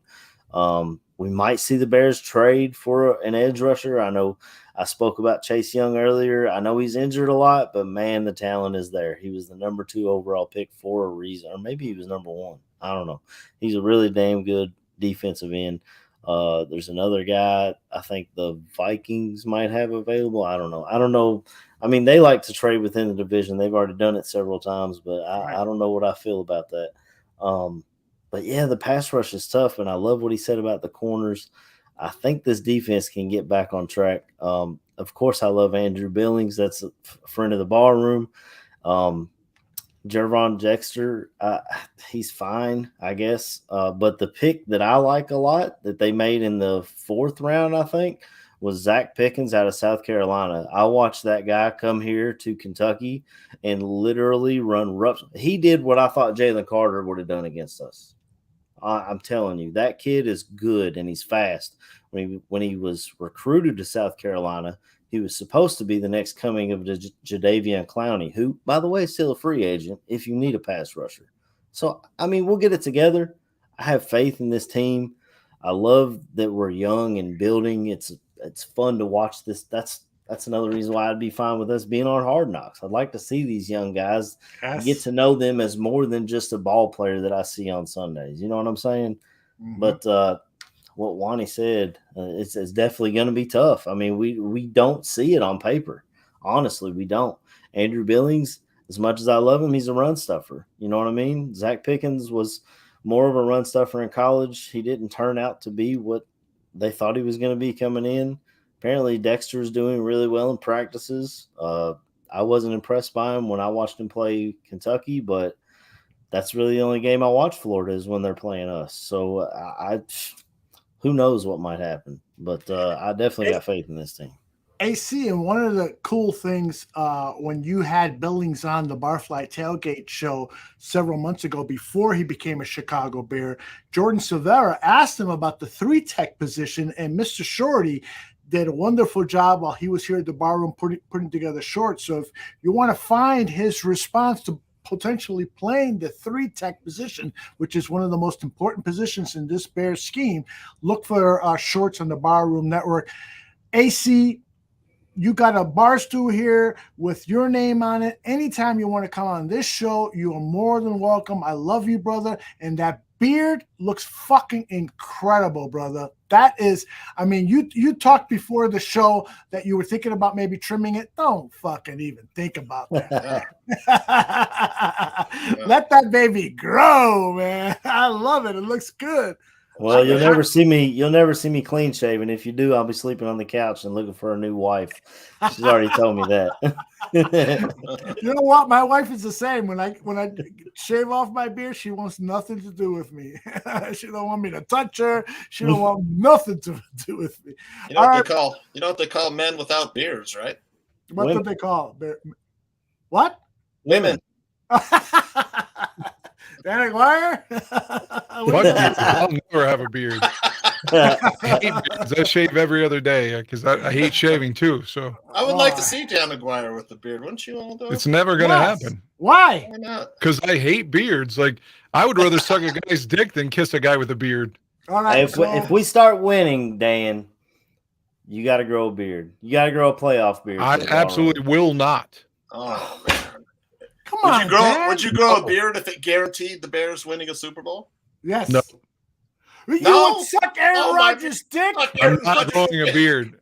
I will not grow a beard. I absolutely hate This is the most controversial moment in Bears barroom history. No, because the Aaron Rodgers thing is a joke. The beard thing is not. I mean, that's like, I'm not doing it. I'm just telling you, I'm not doing it. I'm not going to do it, so quit asking. That's the main thing. I think it's this. I mean, no offense to AC's beard, but I think beards are just fucking like hideous. People have food in them and shit. I mean, it's just fucking. There's like hygiene there. Like, Jesus, man, I hate beards. I mean, I just fucking hate them. I mean, occasionally there's one that looks cool on like Dan Fouts, you know, like had a good beard back in the day, but I don't know, man. I just don't like beards. See, that is weird to me because not even for a Bears Super Bowl. Dan loves to give cunnilingus. He loves to go down on the woman. The best beard oil you can get is pussy juice. There you go. And as Squeegee says, he calls his the pussy tickler. Yeah. Yep. Reconsider, Dan Aguirre. Reconsider. It's not going to happen, man. I would be willing to suck Aaron Rodgers' dick. I'm not growing a beard, though. Hey, funny story. My dad can't grow a beard. His comes in all patchy and stuff. Really? Yeah. Well, so you got a beautiful beard there, brother. Thank you. If I was a girl, I'd let you go down on me. We need to have Aaron Mikulski and Aaron Current on at the same time. Oh, what a great idea, Tooch. We need a show, a special show on the network. Call it, I don't know, the Two Bearded Guys show. I don't know what the title Bearded is. Aaron show? Yes. Two guys with great long beards, and their name is Aaron. Oh, my God. Help me out, Aaron. Lord, that's a show. Bearded Bear fans. All right, Bearded AC, bastards. No, I'm just kidding. Hey, I'll take it, man. Like I said, my dad can't grow a beard. Maybe I am a bastard. I was kidding. It sounds cool, bearded bastard. I wasn't really calling you a bastard. All right, AC, we will let you go. Get to work tomorrow, and I'll be calling you soon when we go by that RAV4. All right, brother? Yeah, I had a great time tonight, guys. Thanks for having me on. Love you being on, brother. Take Later, care. brother. See you. Tailgate coming up. 80 days That's away. right. 80 days away. Maybe this Sunday. Maybe this Sunday, right? All right. Yeah, All right. I'll text KB tomorrow and see what's up. All right, and we'll let everybody know on Twitter what's going on with AC and potentially having Billings on. And then, do you want to mention the other player that might be on? I mean, KB's reached out to DeMarcus Walker. I don't know if he's heard anything back yet, but seriously, man, fuck that shit. That's what he said. That was the DeMarcus Walker quote. Seriously, fuck that shit. Well, Justin Jones came out and talked about the Packers fans not knowing fans ball. in the world. Yeah, and I can definitely agree with that. I mean, a lot of them really love this Bears defense. They've been spoiled, man. They've had 30 years of Hall of Fame quarterbacks. Packers fans don't know what it's like to struggle through what we struggle. Yeah, about to find out. Exactly. Stole the words out of my mouth. No. Here's what what's probably going to happen is I just hope that Jordan Love is decent enough for them to win 8 or 9 games. So they pick in the middle of the draft. If they get Caleb Williams out of USC, fucking look at it. Well, yeah, but that's who knows? Who knows? They got to tank. They got to really tank for that one. Yeah. That's all right, y'all. All right, brother. Take care, man. Have a good night. All right, that is. Who knew that there would be so much vitriol about the beard? Look at this on the screen. I know. I'm telling you, man. You know, I would love to see you with a beard. I don't understand. Have you ever grown a beard, Dan? No. What? Like when I first started to grow like a mustache or something, I thought it was cool that I could grow. And then I was like, mustaches are terrible. What am I doing? So, why are they terrible? Why is a mustache terrible? Oh, man. I mean, occasionally you got like Tom Selleck, Burt Reynolds. They'll have like Dave Wannstedt, Mike Ditka. They'll have mustaches that are cool, but they're just not cool to me, man. They're just not. I mean, I'm just opposed. It shouldn't be that big of a deal. It's like if I told you I didn't wear fucking briefs, would anybody lose their mind? I don't. I wear boxer briefs because I want protection for my balls. Like I want. Like, but if someone out there's like, oh, he doesn't wear boxers, I've lost all respect for him. That's how fucking crazy this is about the beard. I've lost all respect for him. I gotta tell you, man, I can. Well, I'm gonna lose fucking sleep now. My face would look so fat without a beard. Yeah, same My here. face is always fat. But Aldo, truthfully, with your beard, I swear to you, if you would color your beard, you would look like you were in your 40s. Well, I'm, you know what? Maybe for the next show that I'm on, I'm going to have a colored beard because my wife has been encouraged. Really, I didn't know. And I'm a senior citizen now. I had no idea. I just turned 55. I went to T-Mobile yesterday to get my senior citizen discount on my cell phone bill. I'd save it $20 a month. Holy shit, Tooch! I had no idea. Yeah, 55. So what do you use, like Just for Men or something? I did because it has like a really easy brush. You can brush it in and shit. But then my wife, when we were in the Philippines, she's like, "Oh, the Filipino stuff is way better," and it does. It lasts a lot longer. So, but I got one, Aldo. Next time I see you, I'll bring one of those Filipino. No. I will buy my own. I'm going to give it a shot. My wife has been encouraging me, and my hair has been thinning a lot since I got into my mid 60s. I'm 64. I'm going to be 65 in September, and so my wife looks at me, and I asked her, "Are you going to be upset when I lose all of my hair?" And she said, "Yes." And I'm like, what the fuck? What the fuck? I mean, but God bless her, she was honest about it. And so now that it has really got me thinking, should I buy some of those fucking hair growing products and shit? I don't know. There's like, you always point to like one spot on the top and the back that might be a little thinner than the rest, but But if I just saw you at Soldier Field walking around, I wouldn't be saying that. Goddamn, that guy's going bald. I mean, it doesn't look as obvious as you might think. Well, next time you see me, you might change your opinion.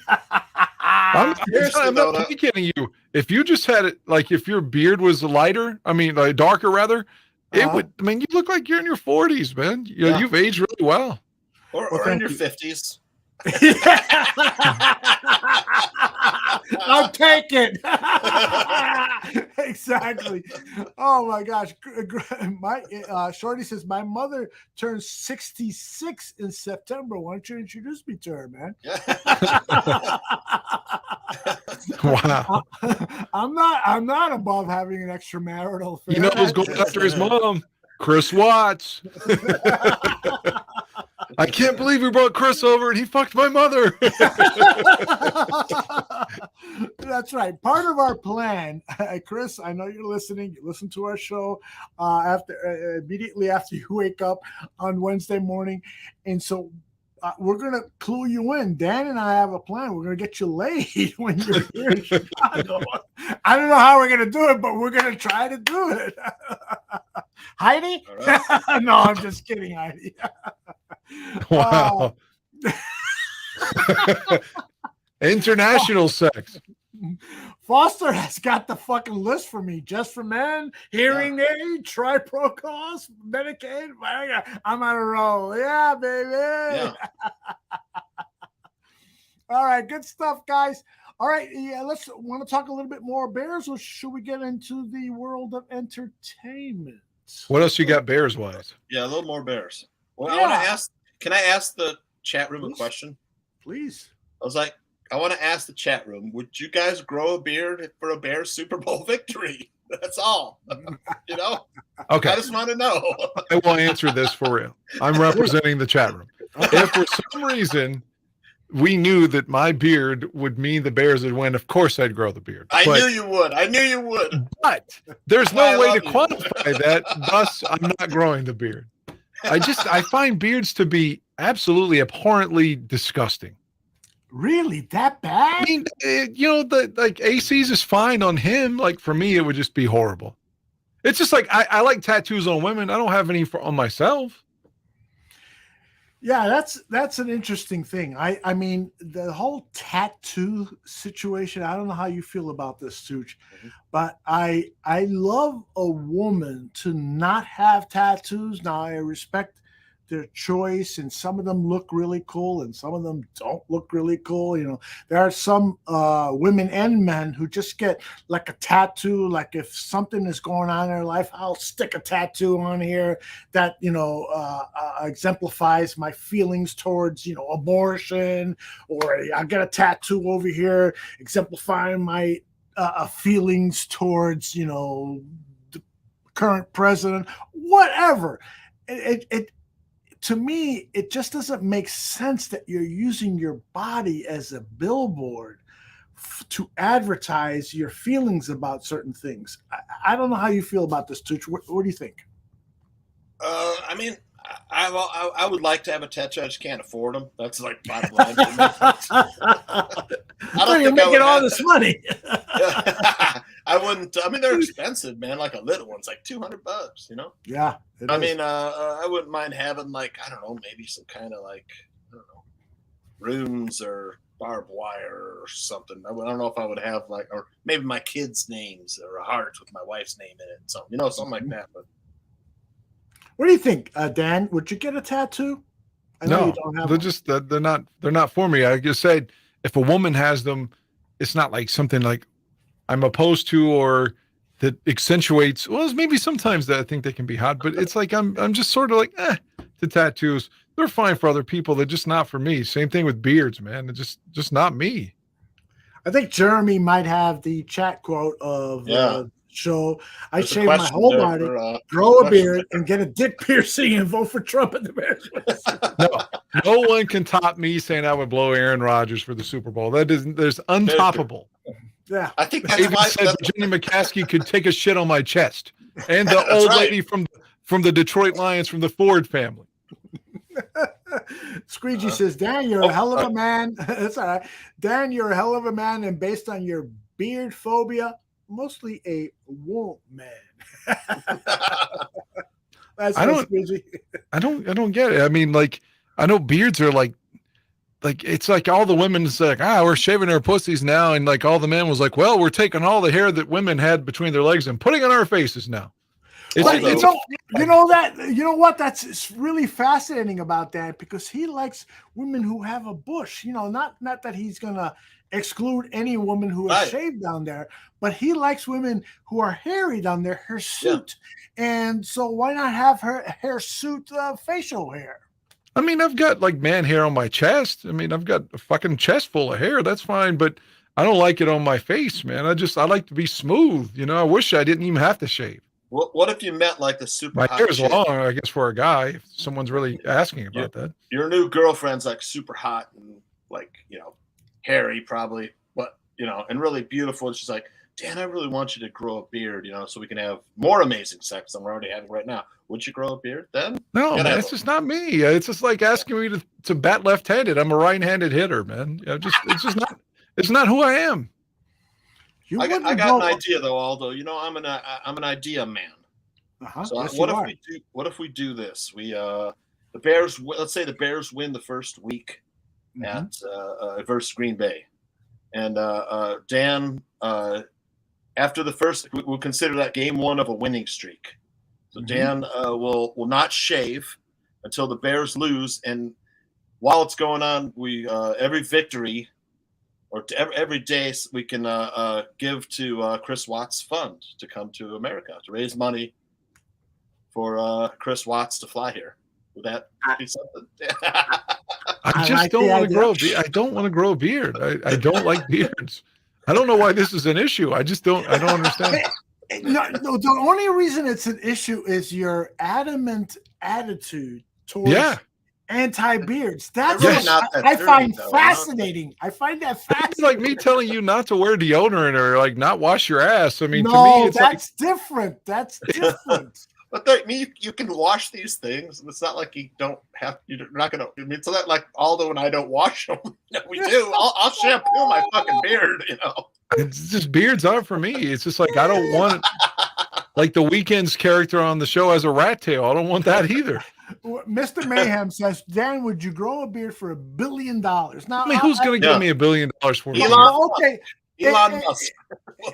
Yeah, right. If I could raise like $1,000, would you grow a beard for $1,000? No. Okay. 10,000. 5,000. Let's start. Pay off my mortgage. Slow down, Tooch. Let's slow down, Tooch. I still owe $77,000 still in my house. You pay off my fucking mortgage, I won't shave for a fucking year. Oh man, I would love to see that. So that's the amount. That would be perfect. Yeah. $77,000. It's not a bad price. Okay. Guess what? You're gonna fucking be careless for the next. There you go. I love it. Dan, you got a question? I think we might have to swing that light bulb. I've been with women that didn't shave their arms or their legs. I prefer like smooth and shit, but like it doesn't bother me. Like it's fine. Whatever, man. I like women. Actually, Dan, aren't you kind of turned down by a hirsute woman, a woman who has hair in her armpits and legs? No, I would prefer like that shaven, but it's cool though. I don't mind it. It's like in my head, I'm thinking I'm fucking a girl from the first Woodstock, Mm-hmm. like a fucking hippie girl that my dad would have fucked. I'm sorry, I'm laughing because some of the comments in the chat room about hair and deodorant and stuff. Cliff says, by the way, the hairy legs are a turn off. I have to disagree with Cliff. When I was younger, I felt that way, but as I've gotten older, I've learned to kind of think of it more. We have greatly lowered our standards, Cliff. Well put, Tooch. Very well put. At this point in my life, I don't care. Hey, if you're gonna give me some pussy, I don't care if you got hair in your nostrils. No, I'm just kidding. Bearded Dan wanted somewhere. That's why he don't love me. That's an interesting thought. Are there wanted posters with Dan Aguirre wearing a beard somewhere? No, Oh, that's a great question. For the police, I mean, no. It is. Anytime I've been in jails when I've worked at the jail. So. Yeah. What about the women in the movie Once Upon a Time in Hollywood? When they're in that camp where they used to shoot. Yeah, the Manson girl. That's what I was saying. Like a 60s thing. Like that's fine with me. And if you noticed, Andy McDowell's daughter was the main Manson girl that Brad Pitt had the thing with. She kept trying to hitchhike, and then I didn't know that was Andy McDowell's daughter. Yeah, and she's got armpit fur in it, and it's fine. I dig it. I mean, like I said, if it's clean shaven, it's fine too. Yeah. Squeegee. I like women, man. Squeegee says Harry Vag smells like the shit house door. We need to see Squeegee's CV, his like work history resume. See what the fuck he's worked. If I'm gonna be frivolous and like an asshole, the one thing that I really, really don't like with women, it's like a turnoff. Like I can deal with hairy legs, hairy armpit. I'm not saying that I'm the judge of females and like my opinion, like they're beneath me. None of that. But if you're just asking like pure turn on, I really hate short hair on women, like the Dyke Spike, or if like women are like, I've seen some women like since I've gotten divorced, like I've been divorced for like 4 or 5 years now. Women that are like kind of really going bald on top, like no bullshit. Like that's a hairstyle now, yes. Yeah, but I thought like female baldness was like a fucking myth, man. But there's a lot of women with thin hair, like way thinner than what you were talking about. Like I'm like looking down and they're blowing me and I'm like, what the fuck is this? You know, like how is your hair so thin? I mean, it's like Will Smith's wife or something, you know? What is the disease, the sickness that women have? Alopecia. Alopecia, yeah. So Dan, have you ever dated a woman with alopecia? Not that I'm aware of. I mean, I guess I'm not trying to mock women in any way. I just said that one of my favorite things in life is a head full of hair on a woman. Mm-hmm. So if they like have it really like G.I. Jane short, or they're going bald, I mean, I hate to be frivolous, but that's the one thing that kind of turns me off, I guess. Yeah. What do you think about what Mr. Shorty writes here? He says, I grabbed Dan after dinner from the Dolphins game and gave him 2 big bearded smooches on each cheek because I'm Italian, LOL. He hated the beard. How do you respond to that? Never had a beard touch my. Well, that's not true. My friend Josh, who's not my friend anymore, got drunk and like got so close to me. He was doing that thing where they tell you they love you even though they don't. They're just saying it because they're drunk. And his beard touched me and it freaked me the fuck out. I had a girlfriend named Lauren at the time and I was like, his fucking beard touched me. I'd rather his fucking balls touch me than his beard. You know, like it's disgusting.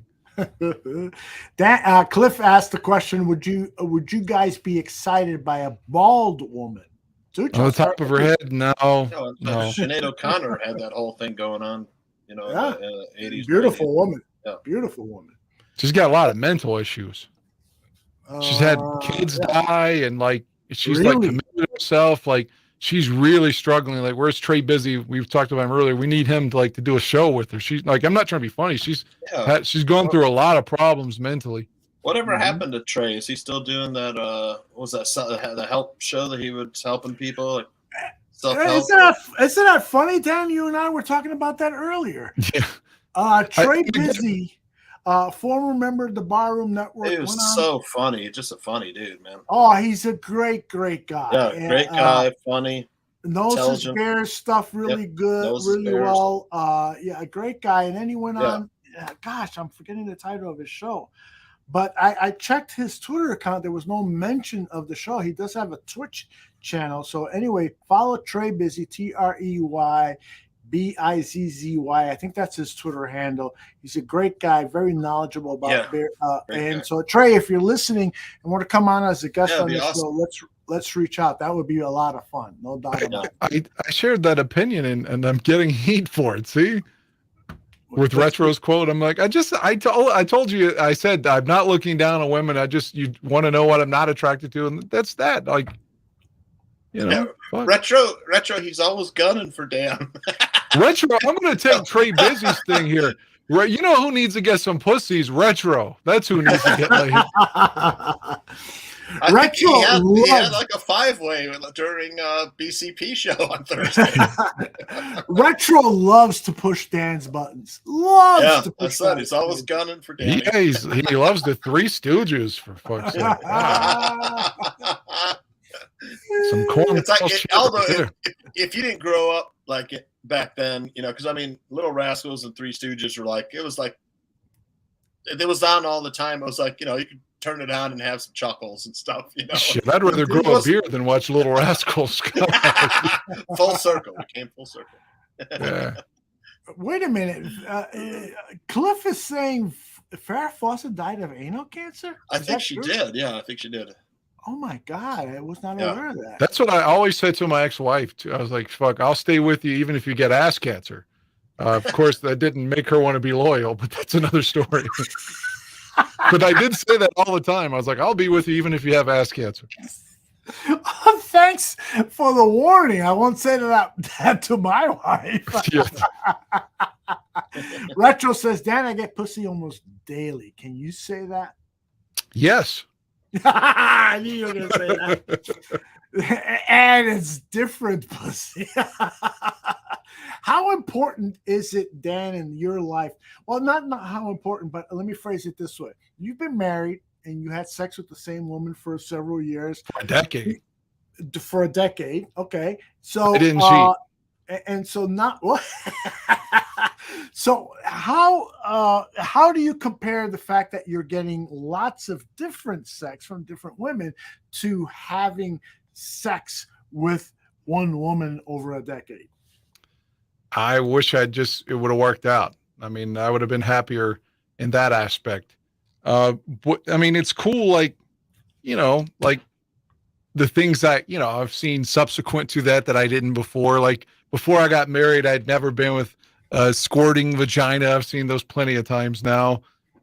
Actually, there was with the lady whose vagina was black. I don't mean like, but her whole vagina, like the clit, all of it was black, like dark. Like my ex-wife was very tanned and like, like her areolas were brown and not pink or flesh colored. But like this one lady, of course, she happened to be black, but her whole fucking pussy was black. Like I'd never seen anything. I thought it was really cool. Like just little things like that I find fascinating, the differences in women and such. But I would have preferred to have been with one woman, man. Like that's truth. That's not bullshit. But since I'm not, I might as well just enjoy the game. Well, Retro is trying to defend what he said here. He says, I wasn't even digging at Dan. How was that a shot at him? I'm not saying it was a shot at him, but Retro, you have to admit that you like to push buttons with Dan Aguirre. He loves some differences. Yeah. By the way, Demon says, what the fuck, Dan? LOL. I'm not quite sure what Demon is referring to. Yeah, I'm not sure which part. Yeah, so I didn't say anything that wasn't true. I mean, I'd rather have been with one lady because, again, it's like something Eddie Murphy said on Raw that always stuck out to me. And again, I first saw Raw and I was like 7. So I've thought about this my whole life, like way before fucking, when he was like, you're always, every night you're putting you're gambling with your dick, man. He's just like, you come back, herpes, my dick is ruined. Like I've had a lifelong fear of catching herpes. So knock on wood, I'm good right now. But are you hard right now?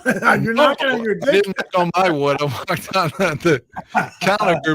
Boys, I don't want to get the herpes. And that's one of the things, if you're in a relationship, if you have monogamy and you can trust each other, then, it's cool to do that, and not have to worry about catching shit, because God, the older you get, the more people they've slept with, the more people you slept with, and then you multiply that, and then, fuck, I'm not Wilt Chamberlain here, but I've slept with a considerable amount of women. So I got to tell you, man, I hope there are lots of women listening to this because this is how guys talk. I mean, like Foster says, I've been banging the same pussy for 30 years. This is how guys talk. Now, I will say that I don't talk that way in front of my wife. I could see her being a little hostile toward you. If you did. Oh my God. Cliff says, I was shopping with my wife today, waiting for her outside the dressing room. Women kept trying on half a dozen outfits and handing them all back. I picked up 2 pairs of shorts in 30 seconds. I'm not quite sure what that means, Cliff, but it's an interesting story. Retro says, I love Dan. I enjoy his stories. I want to change the narrative that I don't like Dan. Yeah, I got to tell you this. Retro and I have exchanged a lot of communications over the last several months, and he continually tells me, I wish Dan realized that I'm just poking fun and that I don't. How is it fun when you say you're threatening going to come to somebody's house and stuff? Not that I thought he was going to, and not that I wasn't going to defend myself, but like to disseminate a threat, like to go to somebody in the culture, in our crazy gun culture, someone's going to say they're coming to harm you. Then fuck you, bro. Like, how am I supposed to view you as a friend? Did you ever who see disseminates threats like that? Did you ever see The Cable Guy? That's of course. Retro. You're Matthew Broderick, and he's the Jim Carrey character. I thought it was a shitty movie, by the way. Oh, come on, that's classic. I didn't like it. Let me share this about Dan. I scripted something for him that was kind of, I forgot what the line was. It was kind of an urban hip hoppy line and so forth. And Dan had no clue as to what that reference was. I apologize, I can't remember the line, Dan, but I think that's a huge thing in how we interact with people, that we all come from different cultures, from different backgrounds and stuff.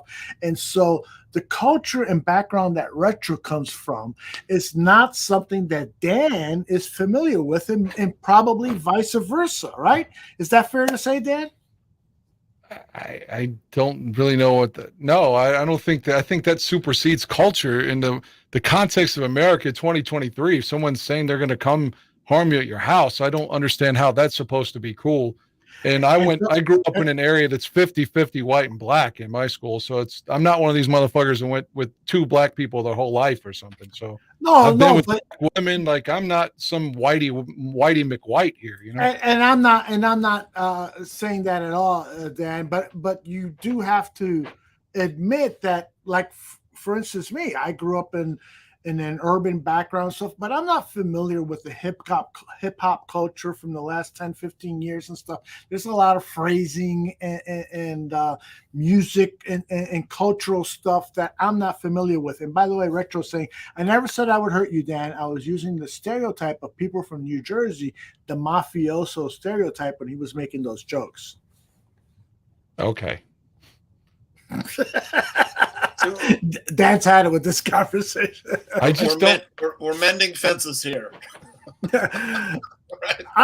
Is it safe to say, Dan Aguirre, that you and Retro have at least started to repair the relationship? No.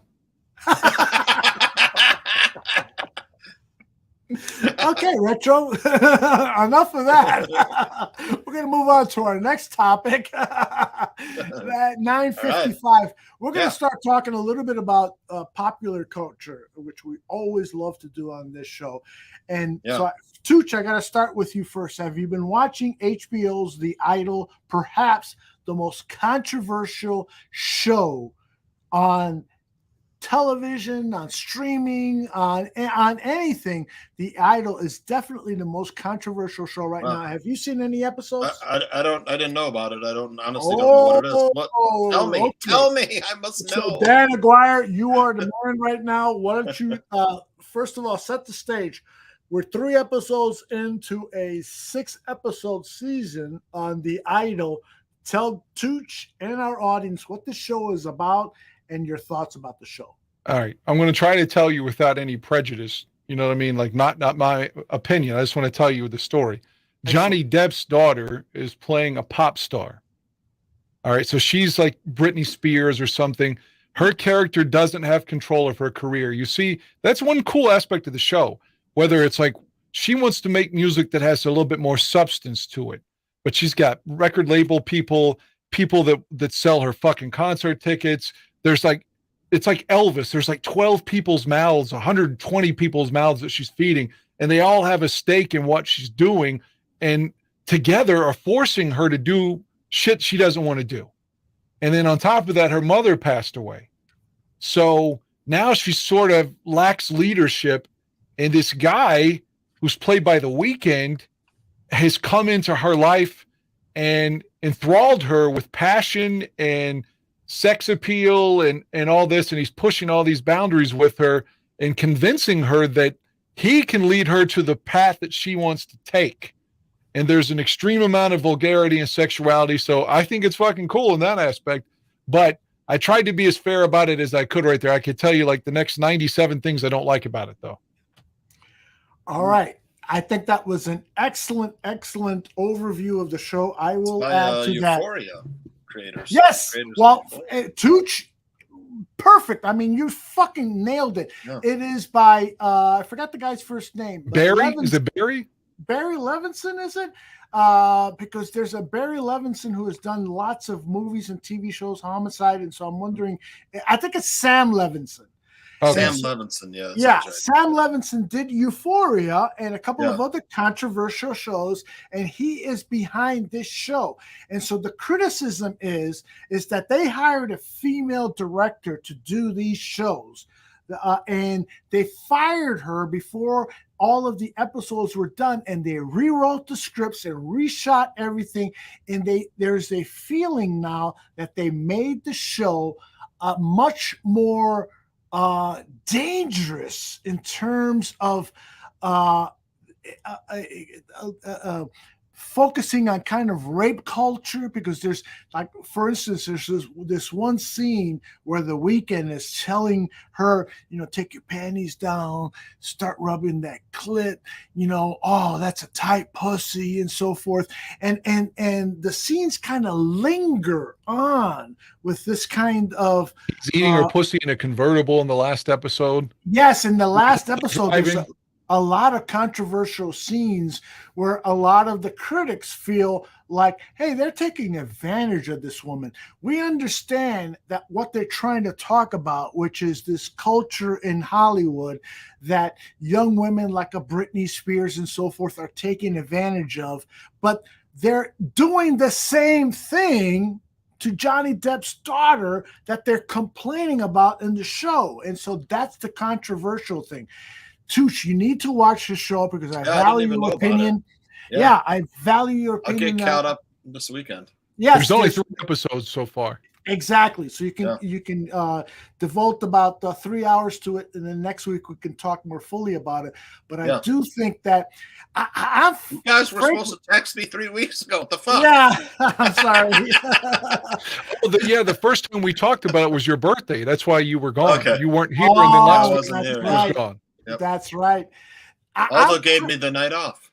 That's right. I told him, please take the night off and enjoy it with your family. Well, I want to say one thing about it before we move on. And it's not a huge spoiler here because we've already told him that there's sexuality. So it's not like I'm saying something that's going to ruin it for him. Right. But my opposition to it remains the same from the first episode. Like, I don't buy. I love the fact that she was defending herself against him finally in episode 3. Like, and she's like, no, you're not going to come at me, and stops him.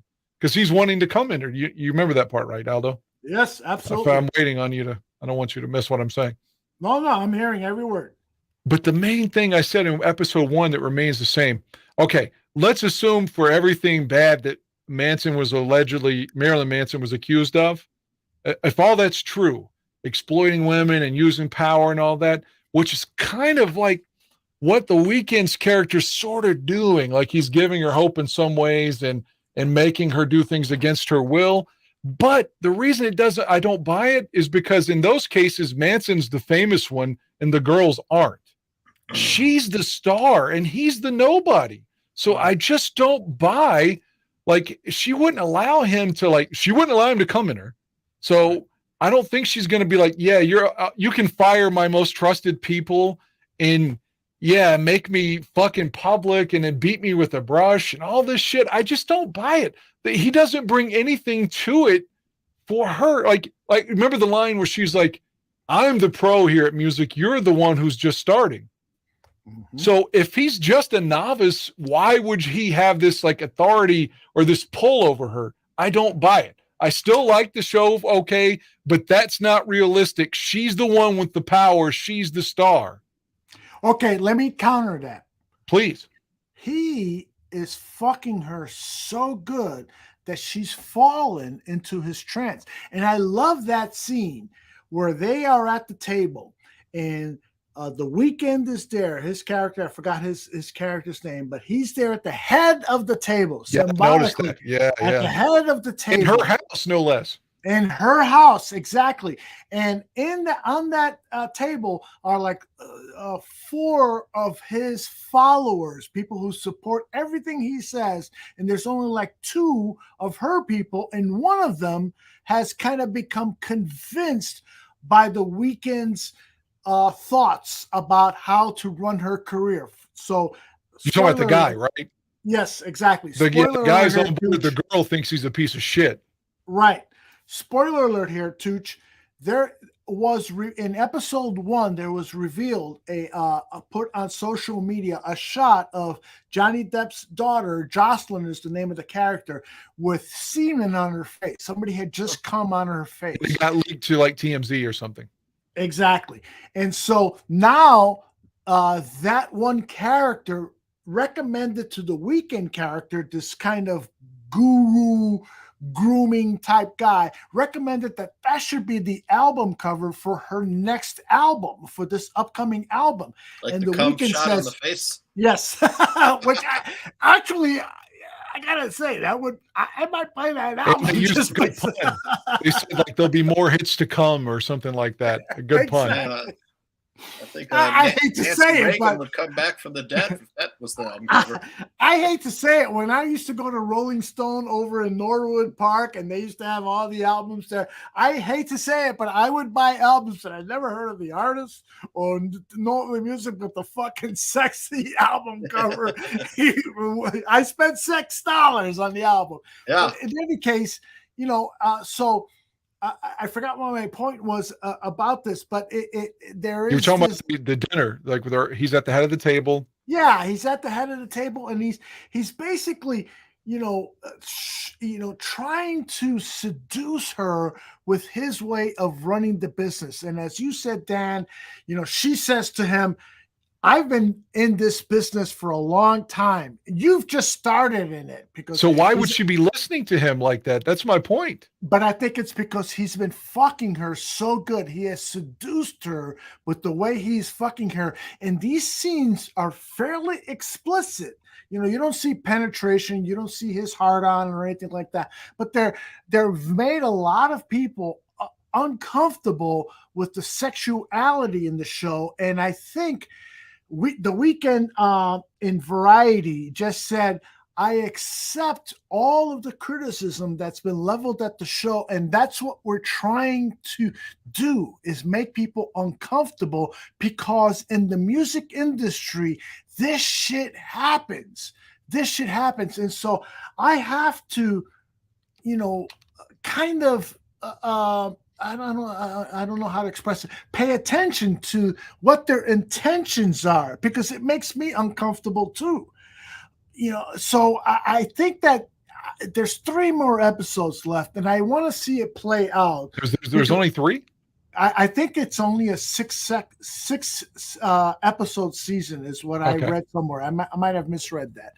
But I want to see where this goes. It is somewhat of and Dan, I gotta ask you, do you think the Weeknd is a good actor? There's some things like he was annoying to me, and it's not because of music. I'm not coming in and like, I'm not a fan of his music or this, that, and the other. It's just watching it on his merit on the show. Like when he was mad about the guy that said his parents were a doctor and his sister was a doctor.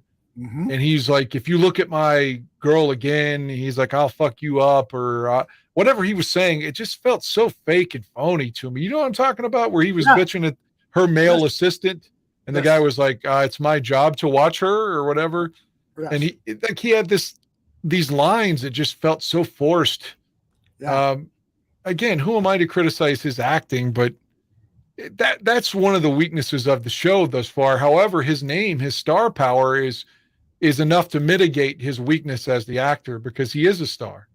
He has been criticized by critics for his acting. I mean, it's like really almost to the point where I think the criticisms are unfair, because I watched this last episode and I went into the episode thinking this guy's a terrible actor. And I think that part of my opinion was swayed by these critics' opinions.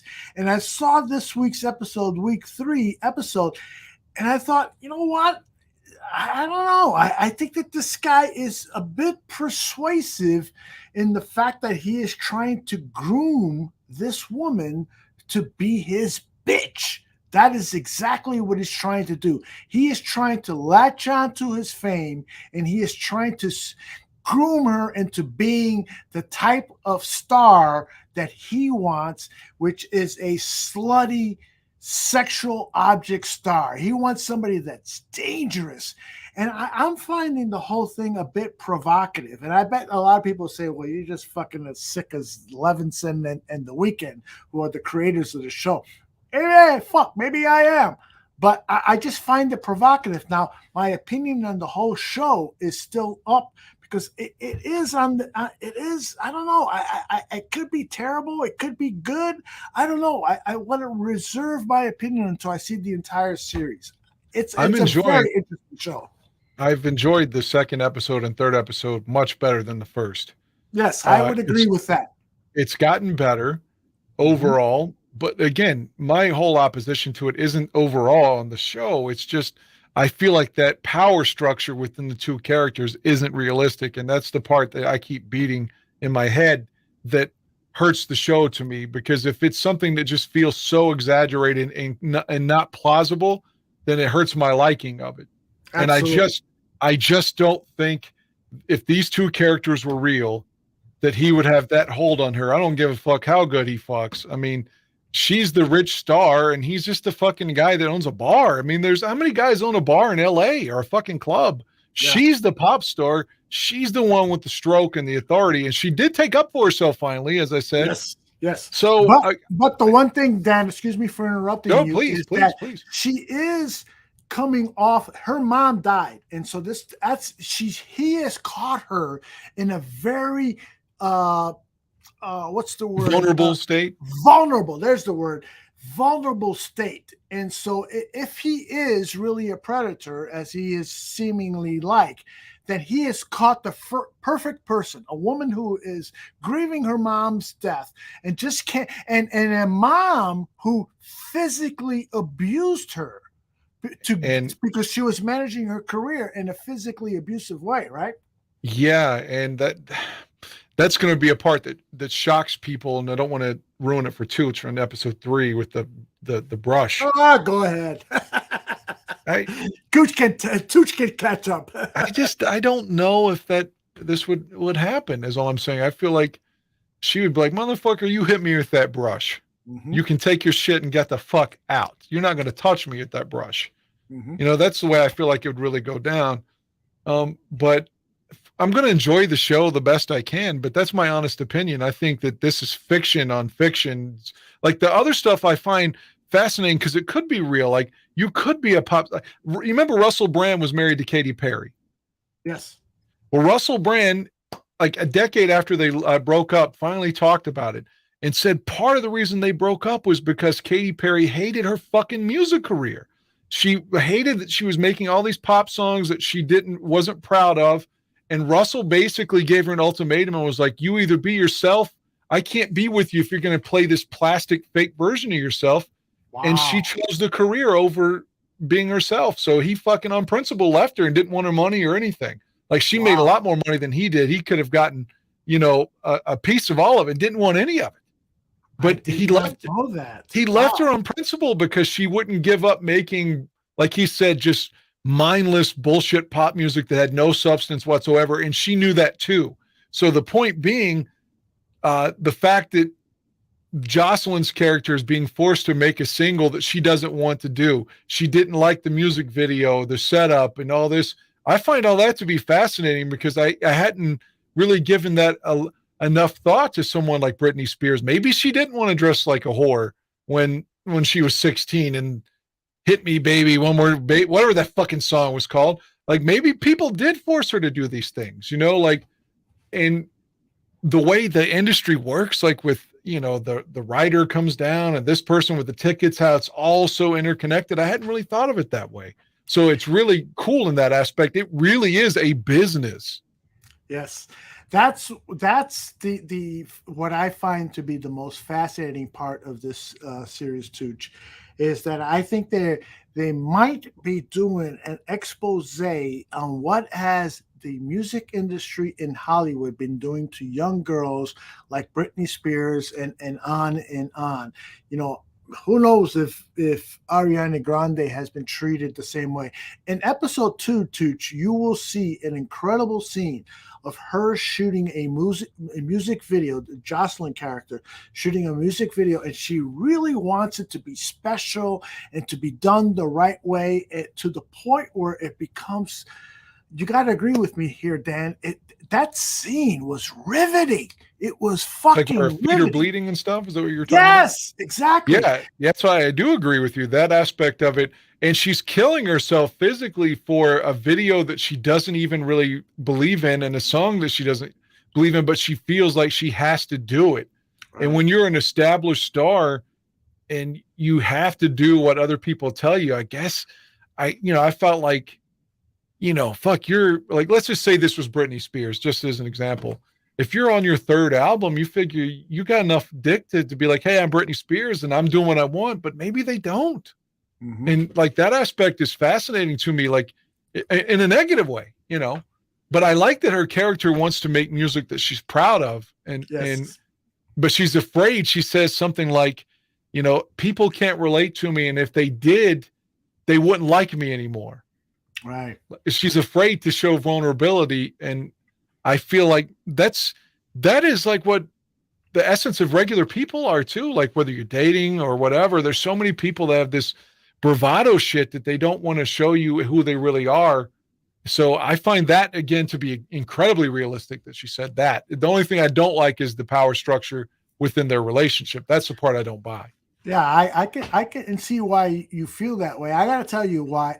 I think this is the most fascinating series of the year that I've seen anyway, and I wonder sometimes if and I know, Dan, that you're not this way, but sometimes I read the reviews or I don't read the reviews to find out what's going to happen. I just want to get kind of a taste as to what the critics are talking about, how they feel about a show. And I kind of have walked into the series thinking that The Weeknd is a terrible actor, that this is a sexually exploitative show and so forth.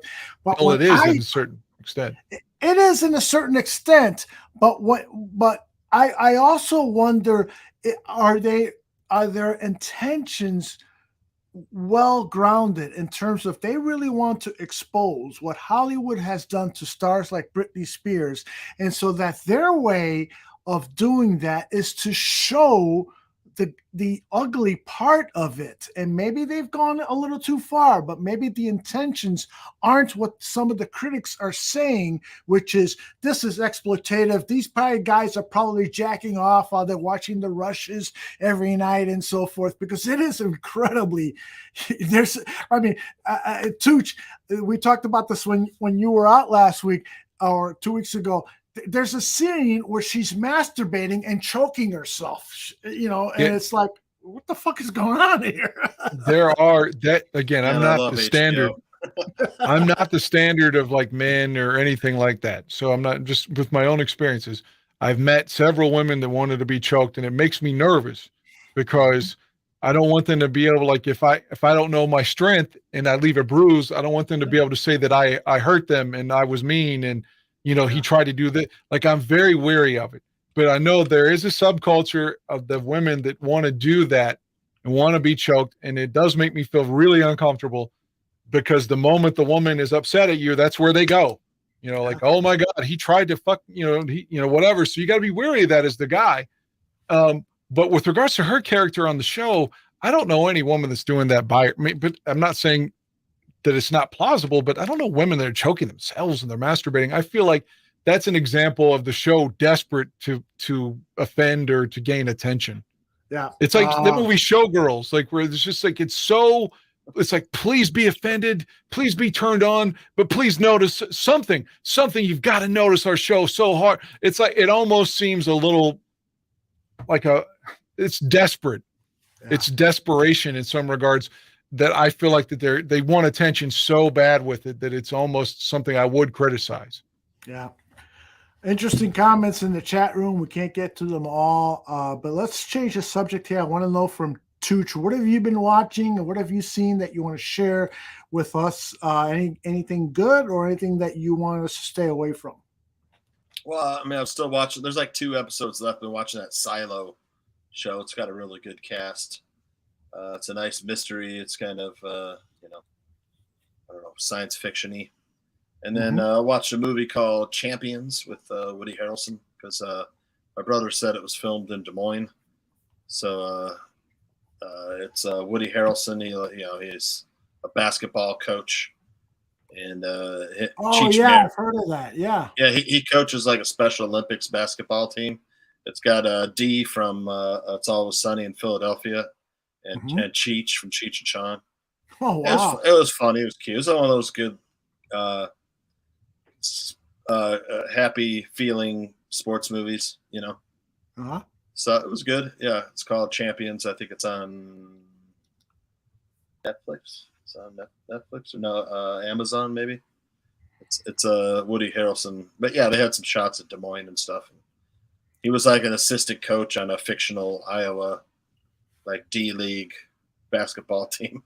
So, by the way, I recently resaw Hoosiers, and I got to tell you, what a fucking awful movie. Yeah, I do not like. I like Gene Hackman, but I think that movie sucks. I agree with you. I liked it the first time I saw it. I thought it was okay. Not a great movie. But when the rewatch, I was like, this is fucking awful. Why do people like this movie? I love Gene funny because Hackman. in Champions, there's like a Hoosier joke like that in the movie. It's like, is this the part where I'm supposed to go all Hoosiers? Whatever. From the Woody Harrelson. I don't know, man.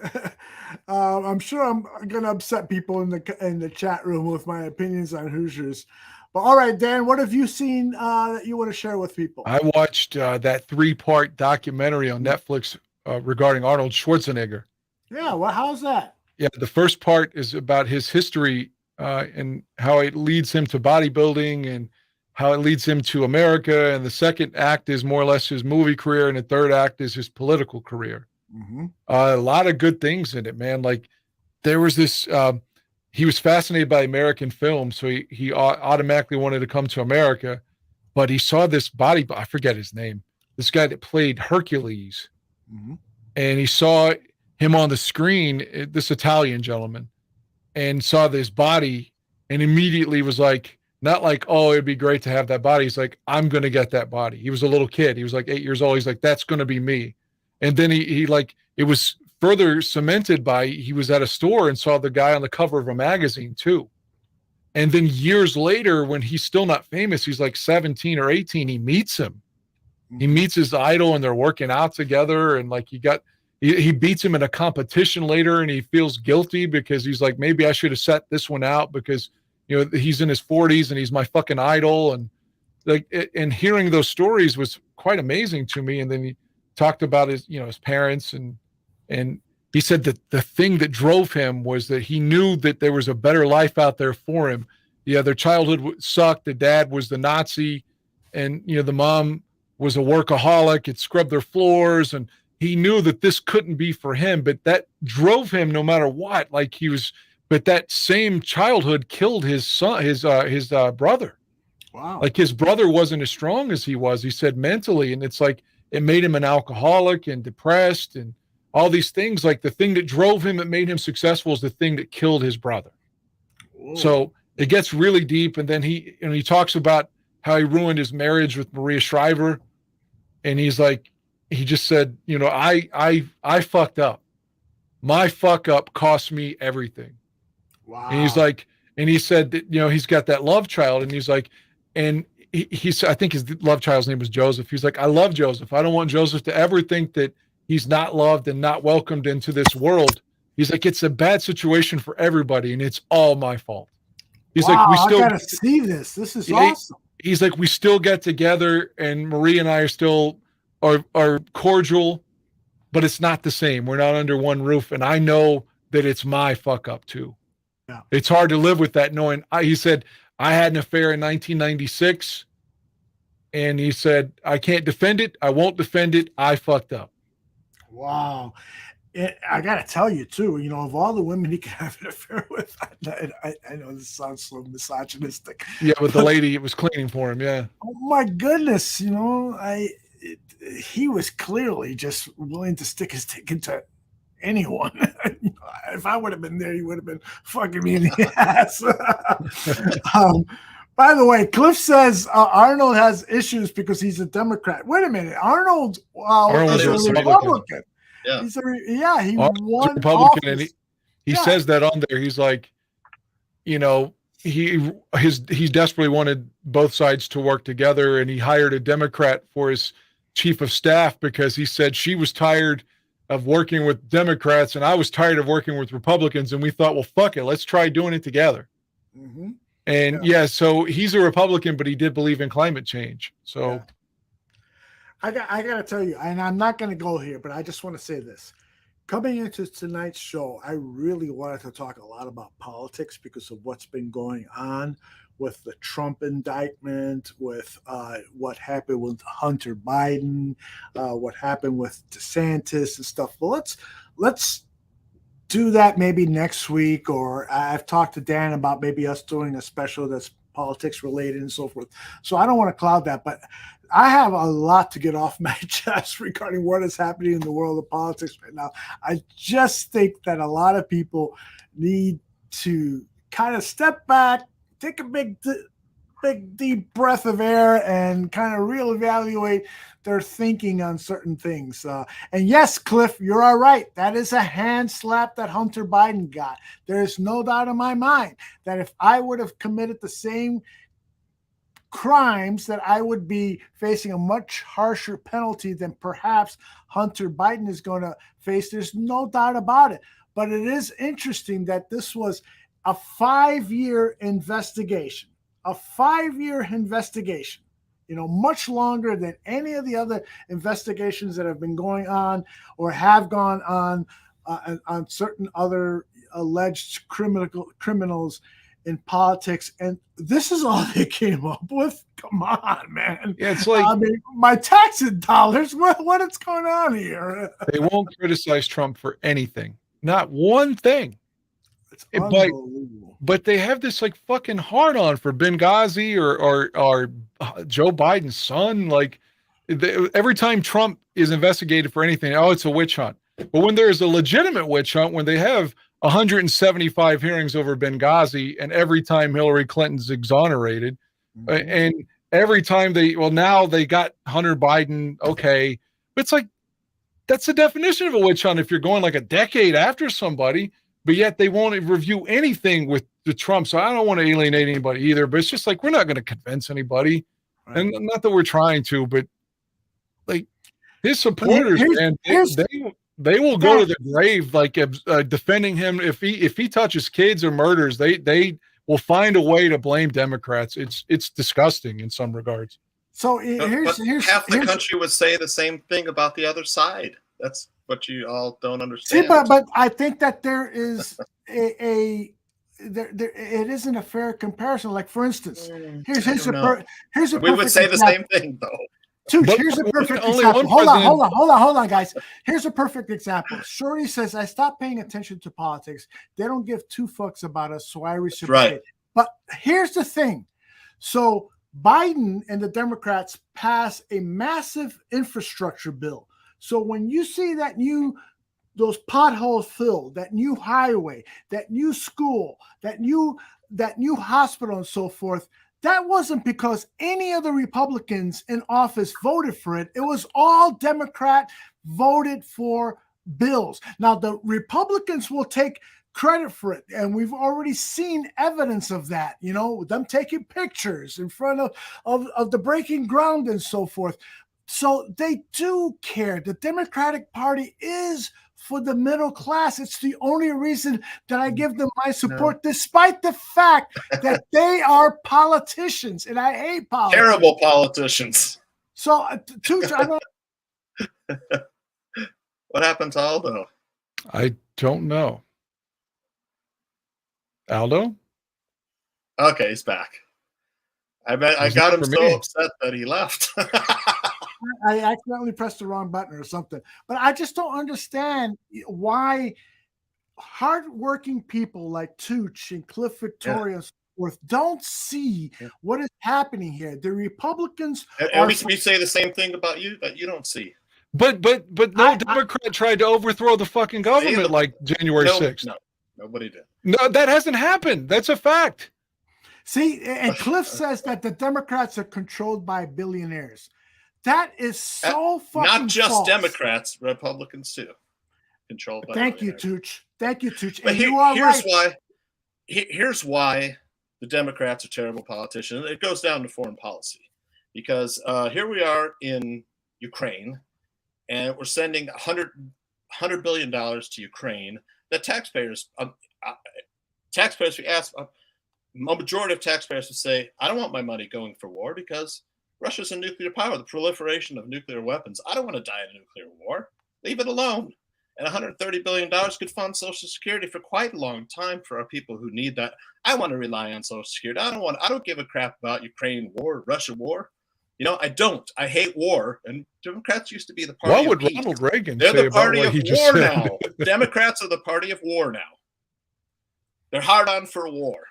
You know, this is how America makes money, is war. The politicians get rich on selling weapons. The American taxpayer pays for it all, and all of us get poorer. Before I let Dan wait, one more thing. Okay, please. The foreign policy, they didn't even try to negotiate peace. They let China do that. So now you drive China and Russia into a pact against the United States position. It's terrible foreign policy. I'm sorry. I can't. I won't vote for a Democrat again until, one, they go back to being the party of peace. I was against Iraq. I was against Afghanistan. I'm against the Ukraine war. Any kind of war. I'm still for peace. The Democrats are not anymore. Maybe you guys are, but the Democrat Party is not. They're making money on that war. is so wrong. No, it isn't. Look who came in to negotiate. Look who came in to negotiate. They let China go in there and become the world power. Tooch, let me reply. Let me reply. Because if you were to canvass the Republican Party, they are all for the politicians, sure, with the exception, absolutely. With the exception of I'm talking about the citizens. Okay, but but Republicans know that their bread is buttered by the armament, military-industrial complex, right? Yep, absolutely, 100%. Dan Aguirre, tell me your thoughts on this. We're not going to solve anything here. No, we're not going to solve it, but we want to hear your opinion. It's striking to me that this man has been impeached more times than he was elected. We gave him his due when he beat Hillary. He did beat her, you know, and the whole time he lost to Biden, he still cared. We know there's proof that he knows he lost and tried to fucking raise money off of it and has been lying to people. And they still just fucking. You all said that Russia helped Trump get elected. You denied the election too. Come on. Fair's fair. He beat Hillary unequivocally. He beat her. There's like Hillary also fucking Democrats saying that Russia stole the election. They hacked it. There was never any evidence of that. And the Democrat mainstream media said that the Russians helped Trump get elected. And there was never any evidence that. They said it for 4 or 5 years. They're still saying it. Hillary Clinton still says that Russia helped Trump get elected. You know, come on. And then they'll say, see, the Democrats want to exterminate the Republican Party and be the only political party in the United States. They're authoritarian. And what they want is complete control. I can't take that. I got to get ready to go. That's but if true. you're gonna the Republicans Trump are party is calling everyone that I don't like is Hitler. Hitler is everyone's racist. Everyone's Hitler. Hold on, give Dan a chance to are you fucking kidding? It was the fucking Republicans who were always calling Barack illegitimate and saying that he was from Kenya and comparing him to Hitler and drawing mustaches on him. Trump gained his whole notoriety with the fucking smear campaign on Barack Obama, who we know by reporting during the transition period, like held this fucking guy's hand when he was overwhelmed, like, oh shit, I'm going to be the president. And Barack was like, I got you. And he still fucking attacks Obama. It doesn't even matter. But the point is, this guy is under all these indictments. He still could get January 6th. And it's just like, it doesn't matter. Like, it's completely ignored. Well, you know what? I'm voting for him in 2024, Trump train. I don't understand. The Republican Party of 2000 or 1990 or 1980, there's no way they would support this fucking criminal who, and I'm not like, I'm not saying anything that isn't fucking true, man. They're all criminals. But no, it's a false equivalency. No, they're all Jimmy criminals. Carter hasn't been fucking indicted. I mean, it's fucking Donald Trump who's the one that's indicted. Jimmy Carter was the last non-criminal. Well, okay, hold on, real quick. Tell me one crime that Barack Obama did while he was in office. Dropping more bombs than any president in history, killing. That's not a crime. That's not a crime. Nixon said that wasn't a crime, and it proved it wasn't when they tried to impeach him with it. It is to you. You are not a legal authority. I'm talking about real crimes. Real crimes. Tell me a crime that Barack Obama committed, because the Republicans checked everything. Benghazi, Fast and Furious. They had committees on everything. Tell me a real crime as opposed to what is happening with Donald Trump. War crimes aren't real crimes. Okay. I'm telling you that the Republican Party investigated all these things and they found nothing to hold him. How's Barack a war criminal? George Bush, and I like George W. Bush. George Bush is a war criminal. But Barack isn't a illegal invasion of Iraq. What? Illegal invasion of Afghanistan. I can't deny those, and Joe Biden's the one that got us out of Afghanistan, by the way. W. Bush. And here's how you know there's a uniparty. George W. Bush endorsed Hillary Clinton. It's all the same party. Barack Obama promised us to stop the wars. Never did. Drop more bombs than any president in American history. War is profitable. But that's not criminal. It is to me. War crimes are crimes. But one man is trying to bring fascism to the country. You talk about authoritarianism, a guy that's trying to be a dictator and will if he gets the censorship, the authoritarianism. It's all the same. See, 1621, January 6, 21. 520, May 20th, when they stormed the White House and forced the president down into a bunker, burnt down the church. What are you talking about? May 20th, they forced Trump into a bunker. They stormed the White House gates. Protesters, Democratic, left. I've never heard of this. Oh my God! Please, come on, look it up. Are you going to compare that to January 6th, where they literally tried to overthrow the fucking government? They didn't. Nobody tried to overthrow the government. Oh my God! Without weapons, how would you overthrow the most powerful? Without weapons, without an army invading. There's no. This is all propaganda drama. No, I saw it live on TV. It's no propaganda or drama. I saw it in my own eyes, and that's why so many people have been convicted and in fucking prison now. The only one who's not is the ringleader. Yeah, I guess. I mean, I don't believe it. I don't think it was an overthrow attempt of the government. It was an attempt for the Democrats to use it forever, to say forever that they're the top party, they're the good party, the party of goodness, and we don't try to do this. But Republicans, they're the bad party. This is what the Republicans do to the Democrats. On May 20th, they forced Trump down into a bunker. They stormed the White House. Then later on, Trump went to the church and had a photo opportunity. The idiot held the Bible upside down. You don't remember this? They were going to try to kill. I remember that. All right. And Pelosi. That's to me as serious as January 6th. How am I blinded by propaganda? I'm not blinded by propaganda. No, Cliff Victoria is saying that right now. See, that anytime a Republican disagrees with you, they immediately say, "Oh, the liberal media." They immediately try to fucking talk down to you, get condescending. You know something that I don't. I've bought into propaganda. I've not bought into any fucking propaganda. Yes, you did. Again, if this were Joe Biden, if this were Barack Obama, I'd be like, or Bernie. I loved Bernie. There's no way I would support what happened on January 6th. If that was my candidate, I would repudiate him. But there's no ability to think critically from Trump voters. They will not refute anything he does or hold him accountable. And if I'm blinded by propaganda, I'm dropping my mic because I got to go to work. Dan Aguirre, I love you. I'm sending you the greatest hug that you've ever had in your life. I will hug you too, Dan, even though I am a centrist. But now that the party's moved so fast, yeah, I don't believe you're a centrist based on what I just heard. But anyway, let's let Dan leave because he needs to go save some lives, and that's important. All right, Dan Aguirre, any last words? Yeah. Go ahead, Danny. I think he left. I think he dropped his mic and left.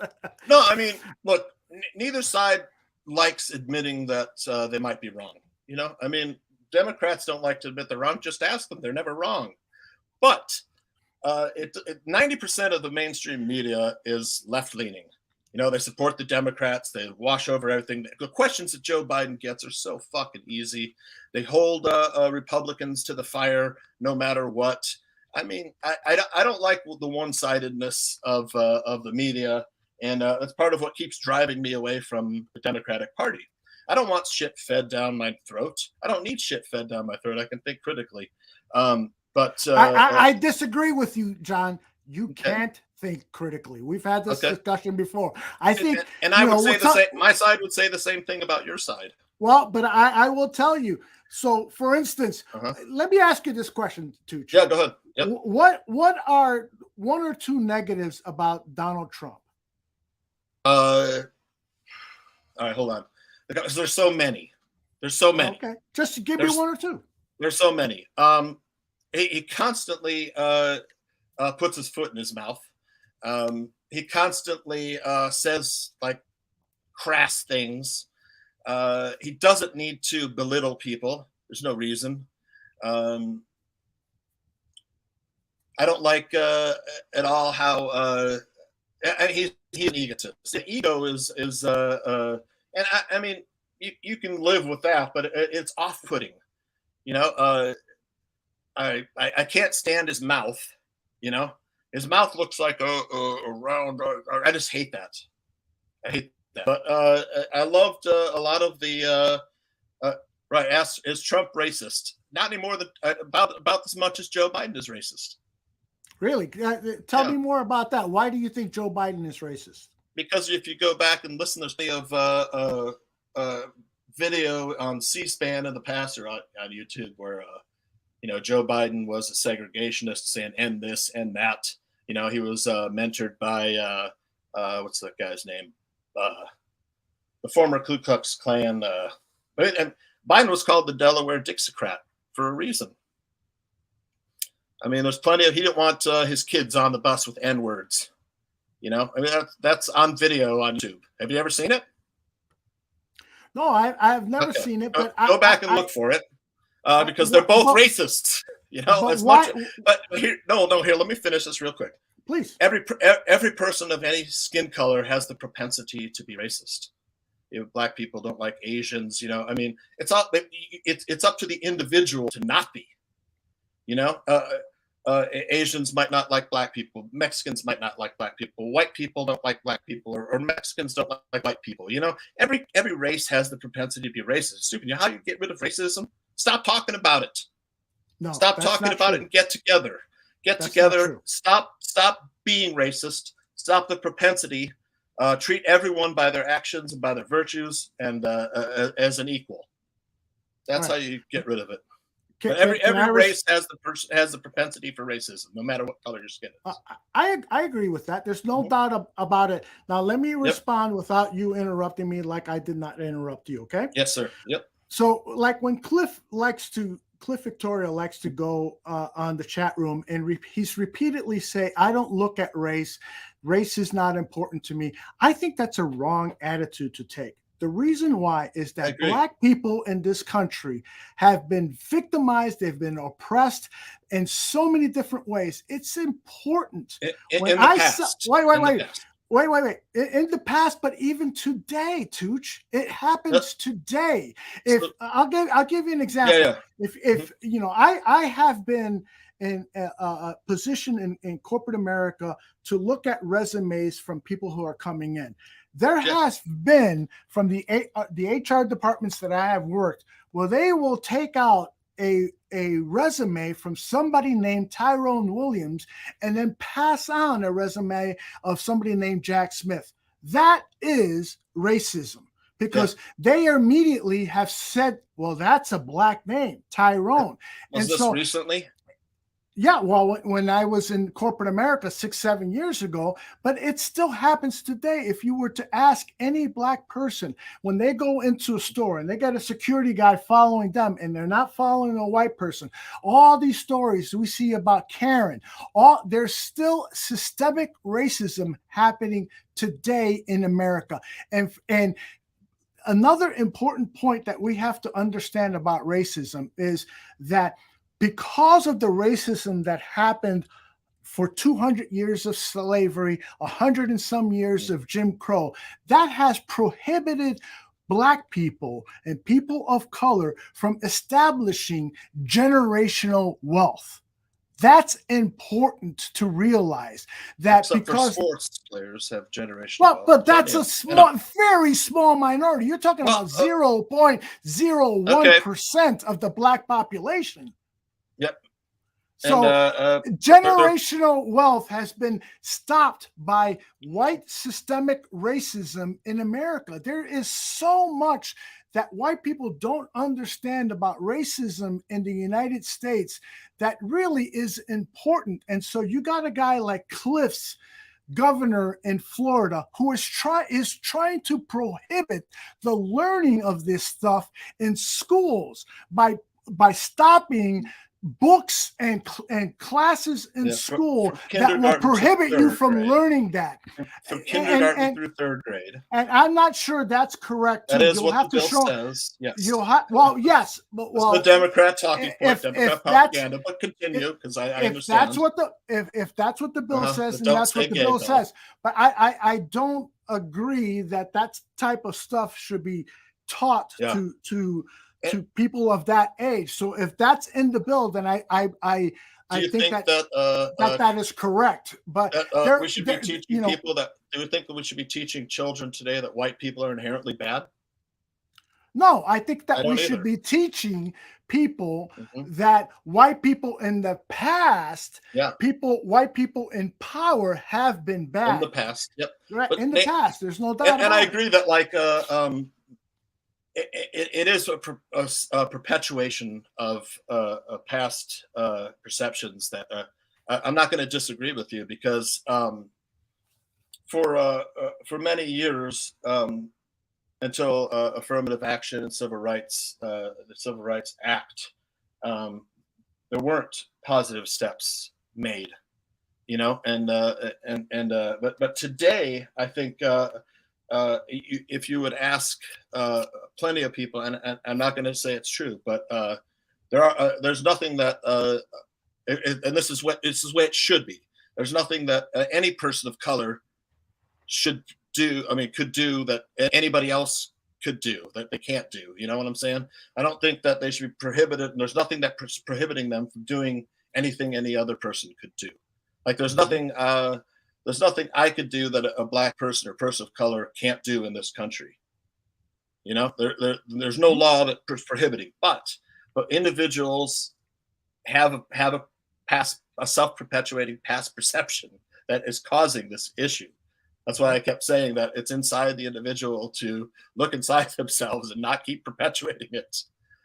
Because I agree that if a this is the Trayvon Walker thing, where a black person's walking around, someone follows them because they think they're going to commit a crime, because we have to cut that perception out. Mm-hmm. A lot of great comments in the chat room. Chubb says there's no such thing as different races of human beings. That was made up a few hundred years ago. And I agree with you, Chubbs. There's a white man named Tim Wise has written some excellent books and done some excellent lectures about that very same topic. He says that it was white people who were rich who created racism. Because what they wanted to do is there was a certain period in time where they needed labor. And so they relied on poor white people to clean their shit, to throw out their garbage, to do this and that. And that there was a certain point in time where the white people were saying, well, fuck you, I don't want to do that. And so what these rich white people did was create racism. And so they created this whole us versus them mentality so that they create yes. And so I agree with that. And Cliff, by the way, C Sharp says everyone has the propensity to be prejudiced. Racism, though, is different. Racism is about power over someone else, I think is what C Sharp is referring to there. Semantics, and then one other thing. I get the point. Yes. One other thing. Cliff says MLK Jr. said character, not color of skin. MLK, when he made that speech, and MLK was a Republican, there's no doubt about it. What he was talking about then, Cliff, was an yes, he was. He was talking about an aspirational thought. Yeah. MLK was against the Democratic Party because of the Dixiecrats. You had a whole host of Democrats in the South who wanted to oppress black people. And then when Lyndon B. Johnson signed the 1964 Civil Rights Act and the 1965 Voting Rights Act, all of a sudden those Dixiecrats went over to the Republican Party, and Richard Nixon then took advantage of that with the so-called Southern Strategy. And when Lyndon Johnson signed that legislation, he accurately predicted, I am giving the presidency to the Republican Party for the next 2 generations. So, I don't want to dismiss what anybody is saying, what you are saying, Tooch, what Cliff is saying. I don't want to do that at all. But I do believe, after my own critical thinking, is that right now, Dan is right. Donald Trump can do anything that's illegal, and you guys will fucking look the other way. And then Joe Biden has not committed a crime. He is not. We don't know that. We don't know whether Trump has or not either. Both of them have probably committed crimes, in my opinion. Well, they're fucking politicians. Let me ask you this, Tooch. Have you read the 46-page indictment of Donald Trump? I mean, look, are indictments convictions? That's a no. That's a no, right? You can say answer the question. Answer the question. I have read parts of it. I haven't read the whole 46. But to me, indictments are accusations, allegations. Nothing's been proven in a court of law. Absolutely. You're absolutely right. Right. So, I mean, people could say whatever they want to say. Like, I have a philosophy that is that which is presented without evidence can be dismissed without evidence. Right. So I haven't seen the evidence. If we want to go through a whole court case and he gets convicted, I'm going to say he was fucking dirty. He got convicted. I totally agree with you there. Yeah, I don't give a crap about indictments. What this indictment says, it points out the evidence. They have recordings of Trump saying things that will convict him. They have all of his attorney's notes. Everything in that indictment is either things that he said or that his attorneys wrote in their notes, which were obtained by subpoena. So when you read this indictment, no, in this case, no, because what Trump was asking his attorneys to do was a crime. And so attorney-client privilege goes out the window when you're asking somebody to commit a crime. And so when you read that indictment and know the facts about the law, this is like a no-brainer. This guy is going to be found guilty if the jury is impartial, which in Miami could be a huge problem for the prosecutor. What about in New York? How would the jury be in New York? It would be the other way around. An anti-Trump jury, no doubt. Yeah. It was, what was the thing I just set up there? I just flashed one up. Did I take it away? Was it retro? Tooch said Donald Trump. Tooch just said Donald Trump committed crimes, not a deal. But I didn't say that. I just said indictments aren't proof of guilt. Yes, there are people saying we got this case, we got him now, and you presented a court of law. It might be right, might be wrong, might be bullshit, might be true. I don't know. One thing I have a hard time getting my head around is what's so classified that a president can't see. If we're talking about top classified, the president can see anything. There's no classification higher than the president. So we're talking about top. Tooch, top secret please, documents. please Yeah, let me correct you because I've done the research on this because I want to make sure that I'm talking from knowledge here. The archives in the White House clearly states that once you leave the presidency, all of your records have to be turned over to the National Archives Society. You do not own this. Now former President Trump is saying, I needed to look at these things. I needed time to look at these things. And that's fine. If you want to tell the archives that you are doing that, but he never asked for that. In fact, he received a subpoena for those records and he denied that he had them. And there's videotape, according to the indictment, there is videotape of them moving the records from here to there in an attempt to hide the fact that he had these documents. And then one last thing, Tooch, and then the floor is yours. Chubb says, I sound like I've already made up my mind. No, Chubbs, I haven't, because if indeed it happens. Well, you have, because you have a personal animosity against President Trump. I know. He made people crazy. He made people lose their minds.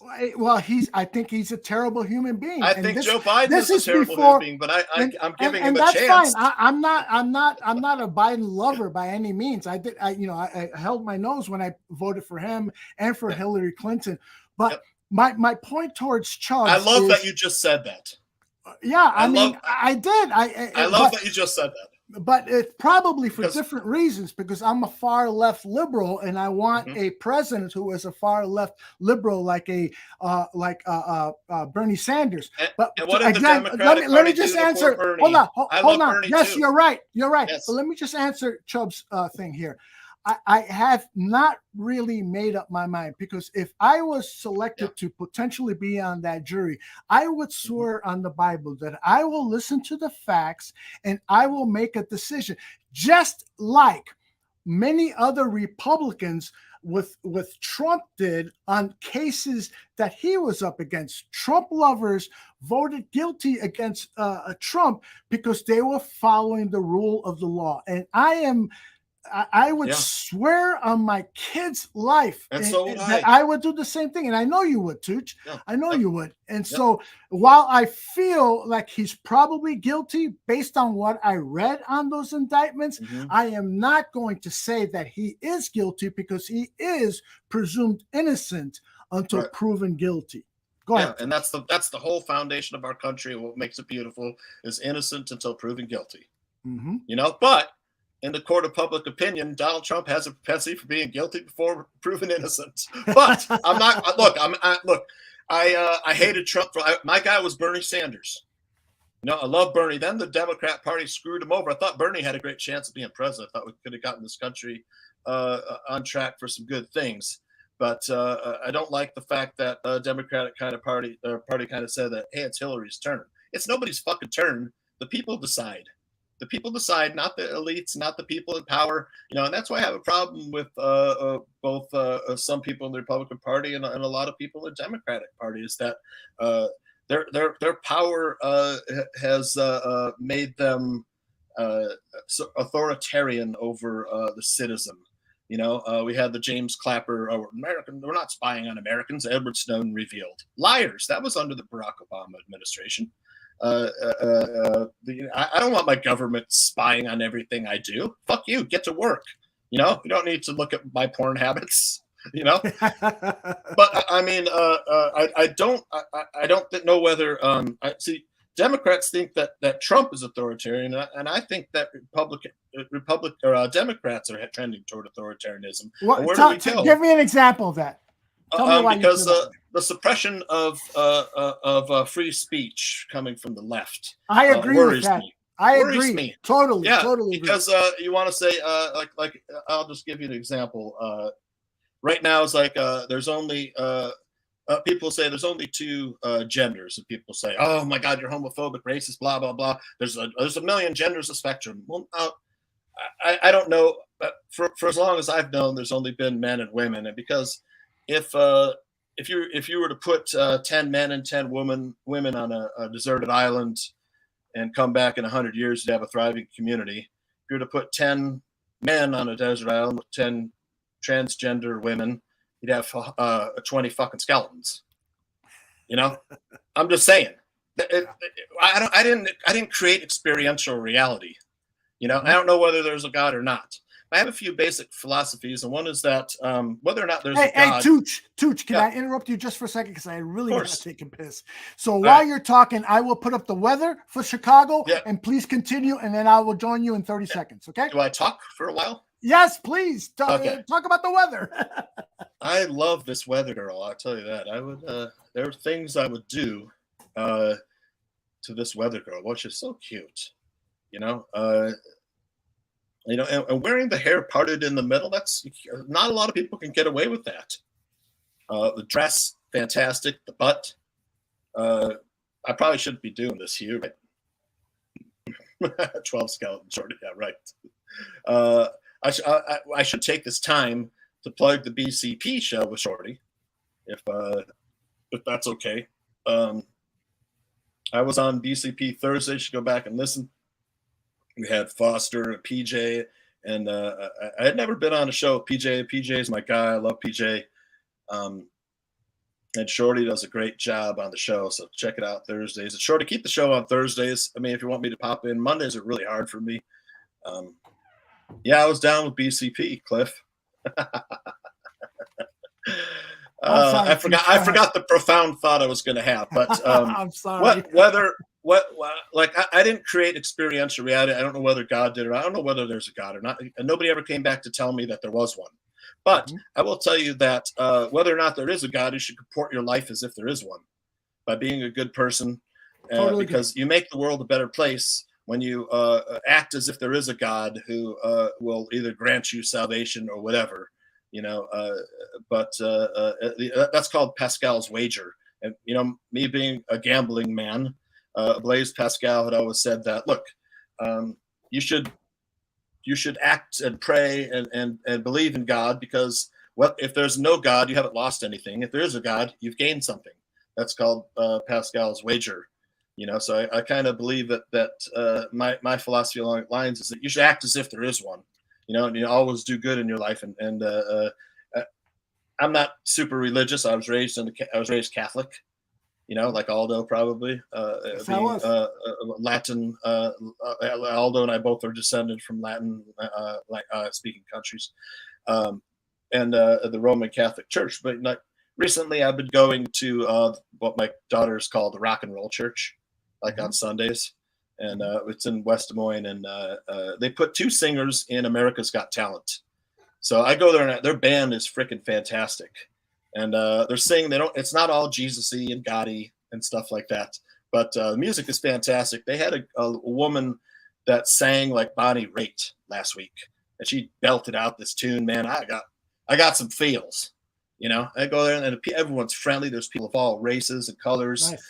Coming together, and afterwards they had there's a donut shop here called Hertz Donut, and I'll tell you, the Father's Day sermon, I just want to get this out there, the Father's Day sermon really got me here. And this church is modern. They've got big screens and stuff, and the pastor put up some Seinfeld clips to get his point across. It was really funny. It was Jerry's dad and Lloyd Mandelbaum, Mr. Mandelbaum, they both had the shirts #1 dad, and then Lloyd Mandelbaum had to get a shirt that said world's greatest dad. You know, and then he had a Ted Lasso clip later with where Jamie's Tart's dad comes in and is making fun of the team Richmond because he's a Manchester City fan. And Roy Kent comes up and gives him a hug after his dad, was tossed out. And the theme of it was, what does it take to be a good dad? What does it take to be a great dad? You know, in the sermon. And he started by saying that young men of today are told not to be virile or men, and 1 in 5 men can't name a single friend. 20% of young men. 90% are addicted to their screens, phone or computer or television. A lot of them are addicted to video games and pornography. A lot of them have trouble keeping employment. A lot of them have no father figure in the house. You know, it really got me. I tell you, how to be a good dad and stuff. You know. But it helped me focus on my daily life, every day, and that's all that you could do, really, whether or not there's a supreme being or not. But I like to live in a world that's grounded in truth, where I can communicate to a person. I don't want to know your pronouns. I want to know your name. I don't want to know I don't want to hear about your sex life. So you don't want to hear about mine. Here to you. That's it, man. I mean, I just want to treat everybody as a human being, because we all experience life. We're thankful that we get to experience life. Yeah. We're thankful that we're alive, man, because where else can you find something where you have friendship, love, you have love of family, love of friends, love of the Chicago Bears. Imagine not getting to experience all this. We're gonna go back and like, hey, my life was rough. Hey, my life was this. Hey, my life was that. But you wouldn't ever say, I didn't want to experience it. You wouldn't ever want to say, I didn't want to experience it. I'm glad I got to experience it. I'm glad I got to make friends. I'm glad I got to do all this and that and whatnot. But then that was how I spent my Father's Day. Was focusing on myself. I'm so glad you shared that, Tooch. And I think, and one of the many reasons I'm glad that you shared that is because it just shows that despite the fact that we have political differences, we have so much in common. Yes. Yes. And Tooch and I have driven for many miles down to Bourbonnais, shoulder to shoulder, sharing stories, me listening to him. I'll never navigate for Aldo again, folks. That's right. We went a few miles past our exit. I was so excited. I was riding in the car with you. We got to talk because I do consider you like an older brother, Well, and I just I just wanted you to like me, Yeah.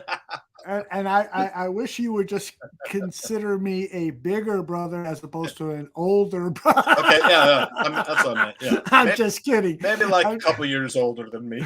But my point is that we can have diverse political opinions, but me and you, me and Cliff, and me and any other right winger, I work closely with Greg Gabriel and Mike North, and they are Trump lovers. They are right wing, and yet I'm not going to ostracize them from my life.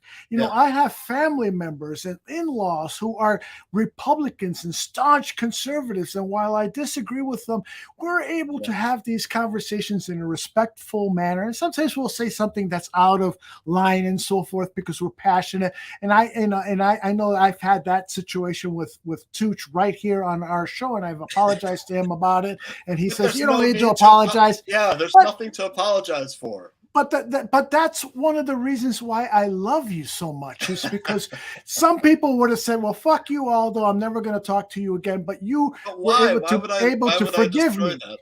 But there's nothing to forgive.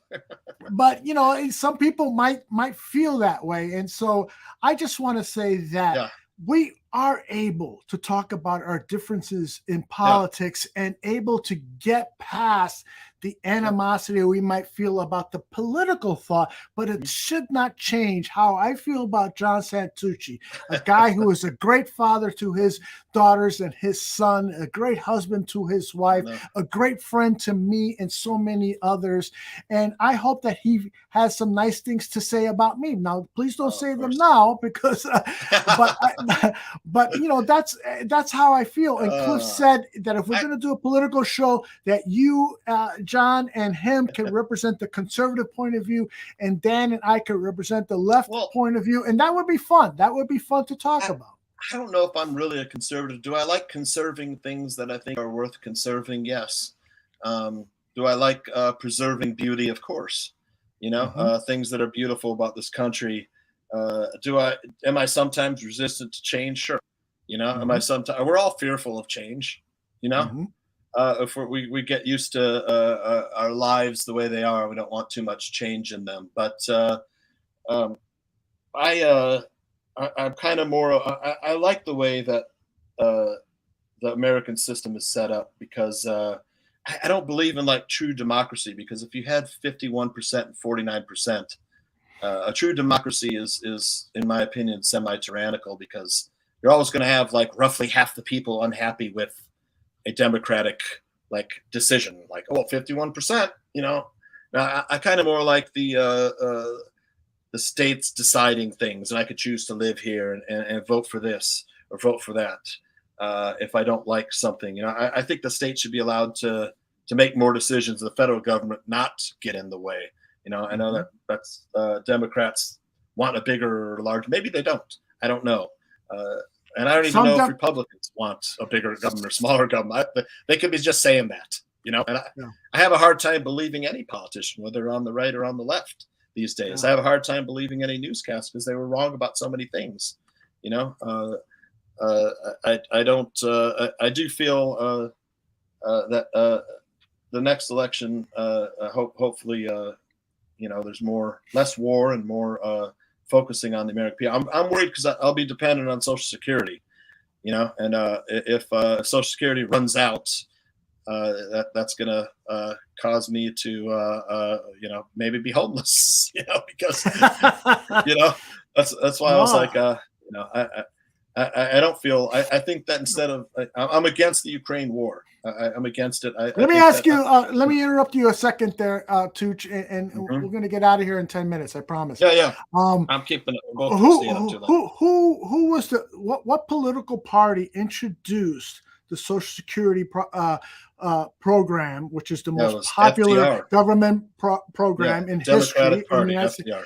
And which political party is most against Social Security now? Well, I don't think that the Republicans are against Social Security. That's kind of a misnomer. Well, Ron DeSantis says that he wants to get rid of the Social Security, and other Republicans have said that. You don't hear that from any Democrat. But not get rid of it for the people who are already in it. It wouldn't take effect for many years, as I understand the viewpoint. It's not getting rid of just a hard stop. Nobody's getting it. It would be, you know, starting at a certain point and then replaced with something more of an investment thing. At least that's how I understand it, because nobody would that would be political suicide, you know, to campaign or suggest anything like that. But I mean, it's years down the road when a new program would be implemented.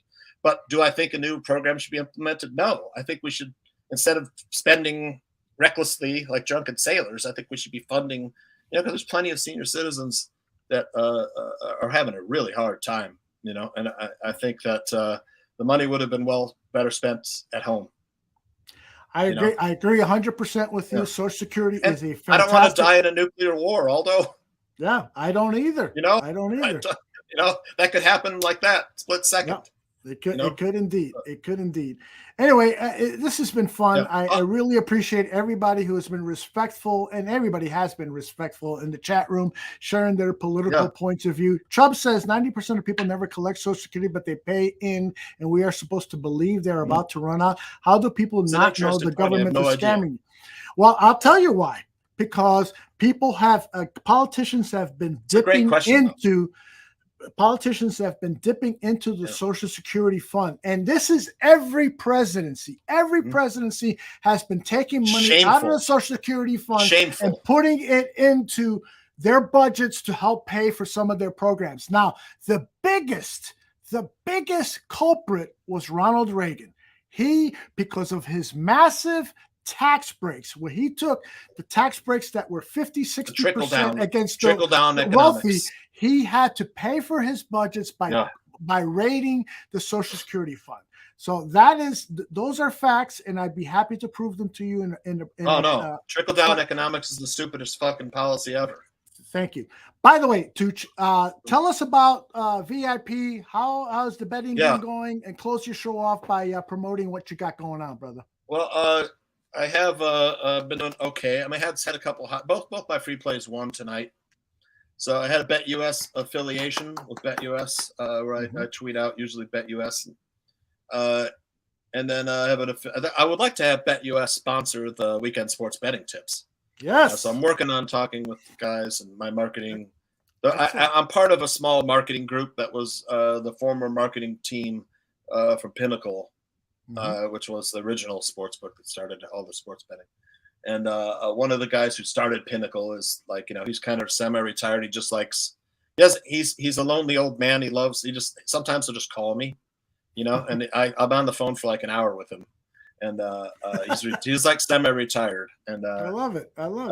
He just likes helping out young handicappers and stuff. So there's a retweet club, over and under girl. I know you've seen. Oh yeah, she's great. I would love to have her on the show. You should invite her on to one of her She's shows. very shy though. I don't know. She doesn't like doing them. She's very cute too. And then okay. Anthony PalletSports.com, and then we're keep trying to get Sean Higgs to join the team, but for whatever reason, he's been fighting us. But Sean keeps asking me, when can we come back and do the barroom show? Mm-hmm. And I said, all right, well, I'm trying. Anthony and I will work on it a little bit harder, and maybe we can get some. That's what we need is like more barroom people to kind of, show up and rally around and sort of get into it and stuff. But recently we did. Anthony and I have been doing the ladder challenge, which is you start with $20, and we turn it into $500 if you sign up for it. Oh, cool. So if the first one we did it. We went all the way to $500. Mm-hmm. So the second one, we lost on the second bet or something like that. But it's super hard to string together 5 winners in a row. Oh my gosh! And we don't do it every day, so we're like waiting for this play to come, and we're waiting for we try. That's the way to do it. Smart betting. It's been hard, and it's been really popular. I don't know. I've gotten a few signups for this, and the first one, like I said, went really well. Even I did it because you think if it loses, I've only lost $20. If it wins, I'm taking home $500. Like Anthony's went, he was at $400, and he had to do another one. They finished with $823. So that was the last one, and I'm kicking myself I didn't get in on it. I was so busy though. I mean, I know, man. You're one of the busiest guys at the barroom. There's no doubt about it. I don't know. I haven't told you this, but my son is in trouble again. It's like he went back to Illinois, and he was doing great. He had this great job. It was like $28 an hour. He's supporting himself, renting a place. Yeah. And he got pulled over, and he had busted for possession of a firearm with a revoked FOID card, which is a Class 3 felony. I'm like, you fucking dumbass.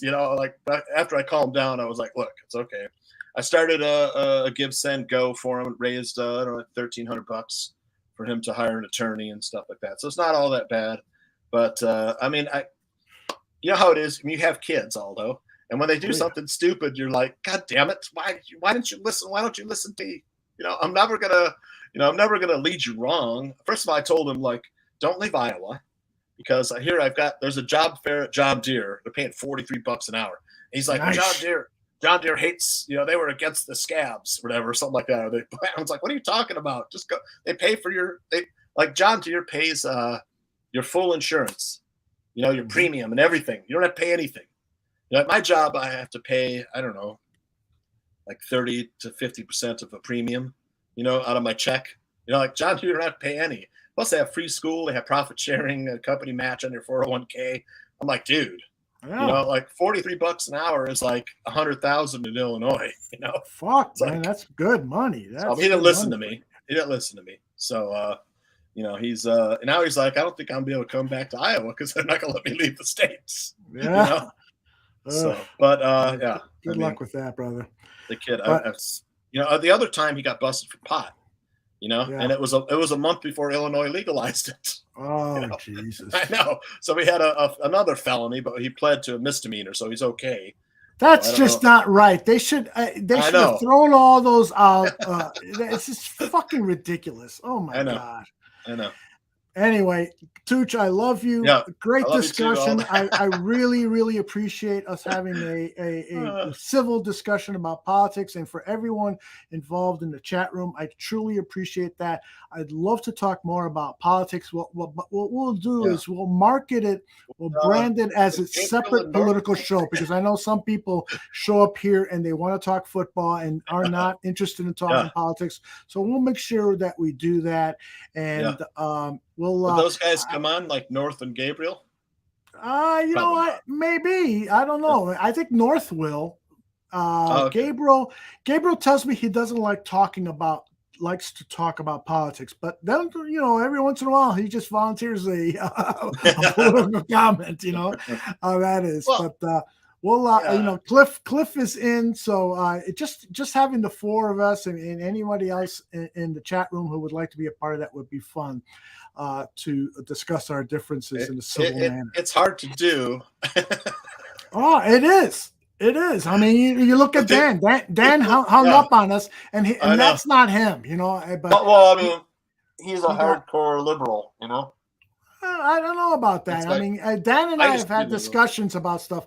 Like, he has been very critical of many liberals, like Nancy Pelosi and so forth. So, hardcore liberal, maybe not. I don't know. But there's nuance to all of our thoughts. Like, you've shared opinions with me, Tooch, that I'm like, Tooch sounds like a liberal.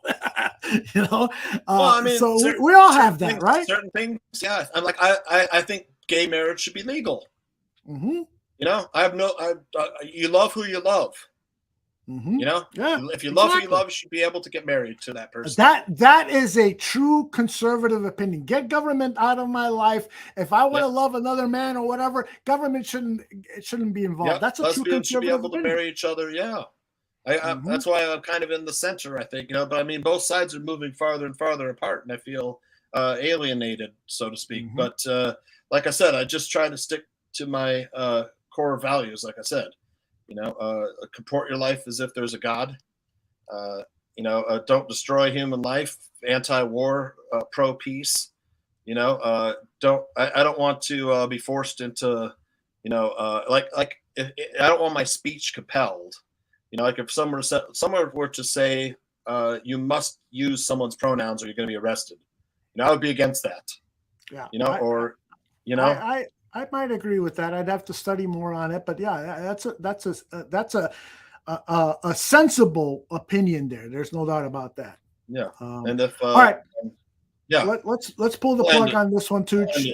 Again, great big hug to you and a great big hug to everybody. Yep. I will be on live at 11 a.m. I will be live at 11 a.m. Central with Greg Gabriel. We're going to talk some football. Unfortunately, our guest said he can't make it tomorrow. We were supposed to have Olin Kreutz on. It was a soft yes, but he's going to be on a little later. So Greg and I are going to carry the hour and a half. Have you had ourselves. Olin before? I'm sorry, say? You had Olin before, haven't you? On 100 proof? Back in 100 proof days, yes. Okay. But we'll have him on again soon. And I would like to do an Olin Kreutz show, but from a very safe distance. Wouldn't we all? Yeah, 100% sure. But our next show is at 11. Our next live show is at 11 a.m. I gotta be honest. I've been trying to reach out to some of these Bears rookies and ask them if they would come on, like DMing them and on Twitter, and they all fucking ignore me. Those fuckers. Yeah. You know, I'm like, even like Chase Allen on the Bears, you know, I'm like, hey, he would be great. Right now, I know. I'm like Iowa right here State. in Des Moines, bro. Iowa State. I love you. I watch your games. You know? Not a word. Yeah. Well, some of them don't follow their Twitter accounts, and if they're not following you and you're following them, you know, they don't see those messages up there. Twitter should really correct that in some way to make it easier for people to realize that they've gotten a direct message from someone who they are not following. But that's a different story for another day.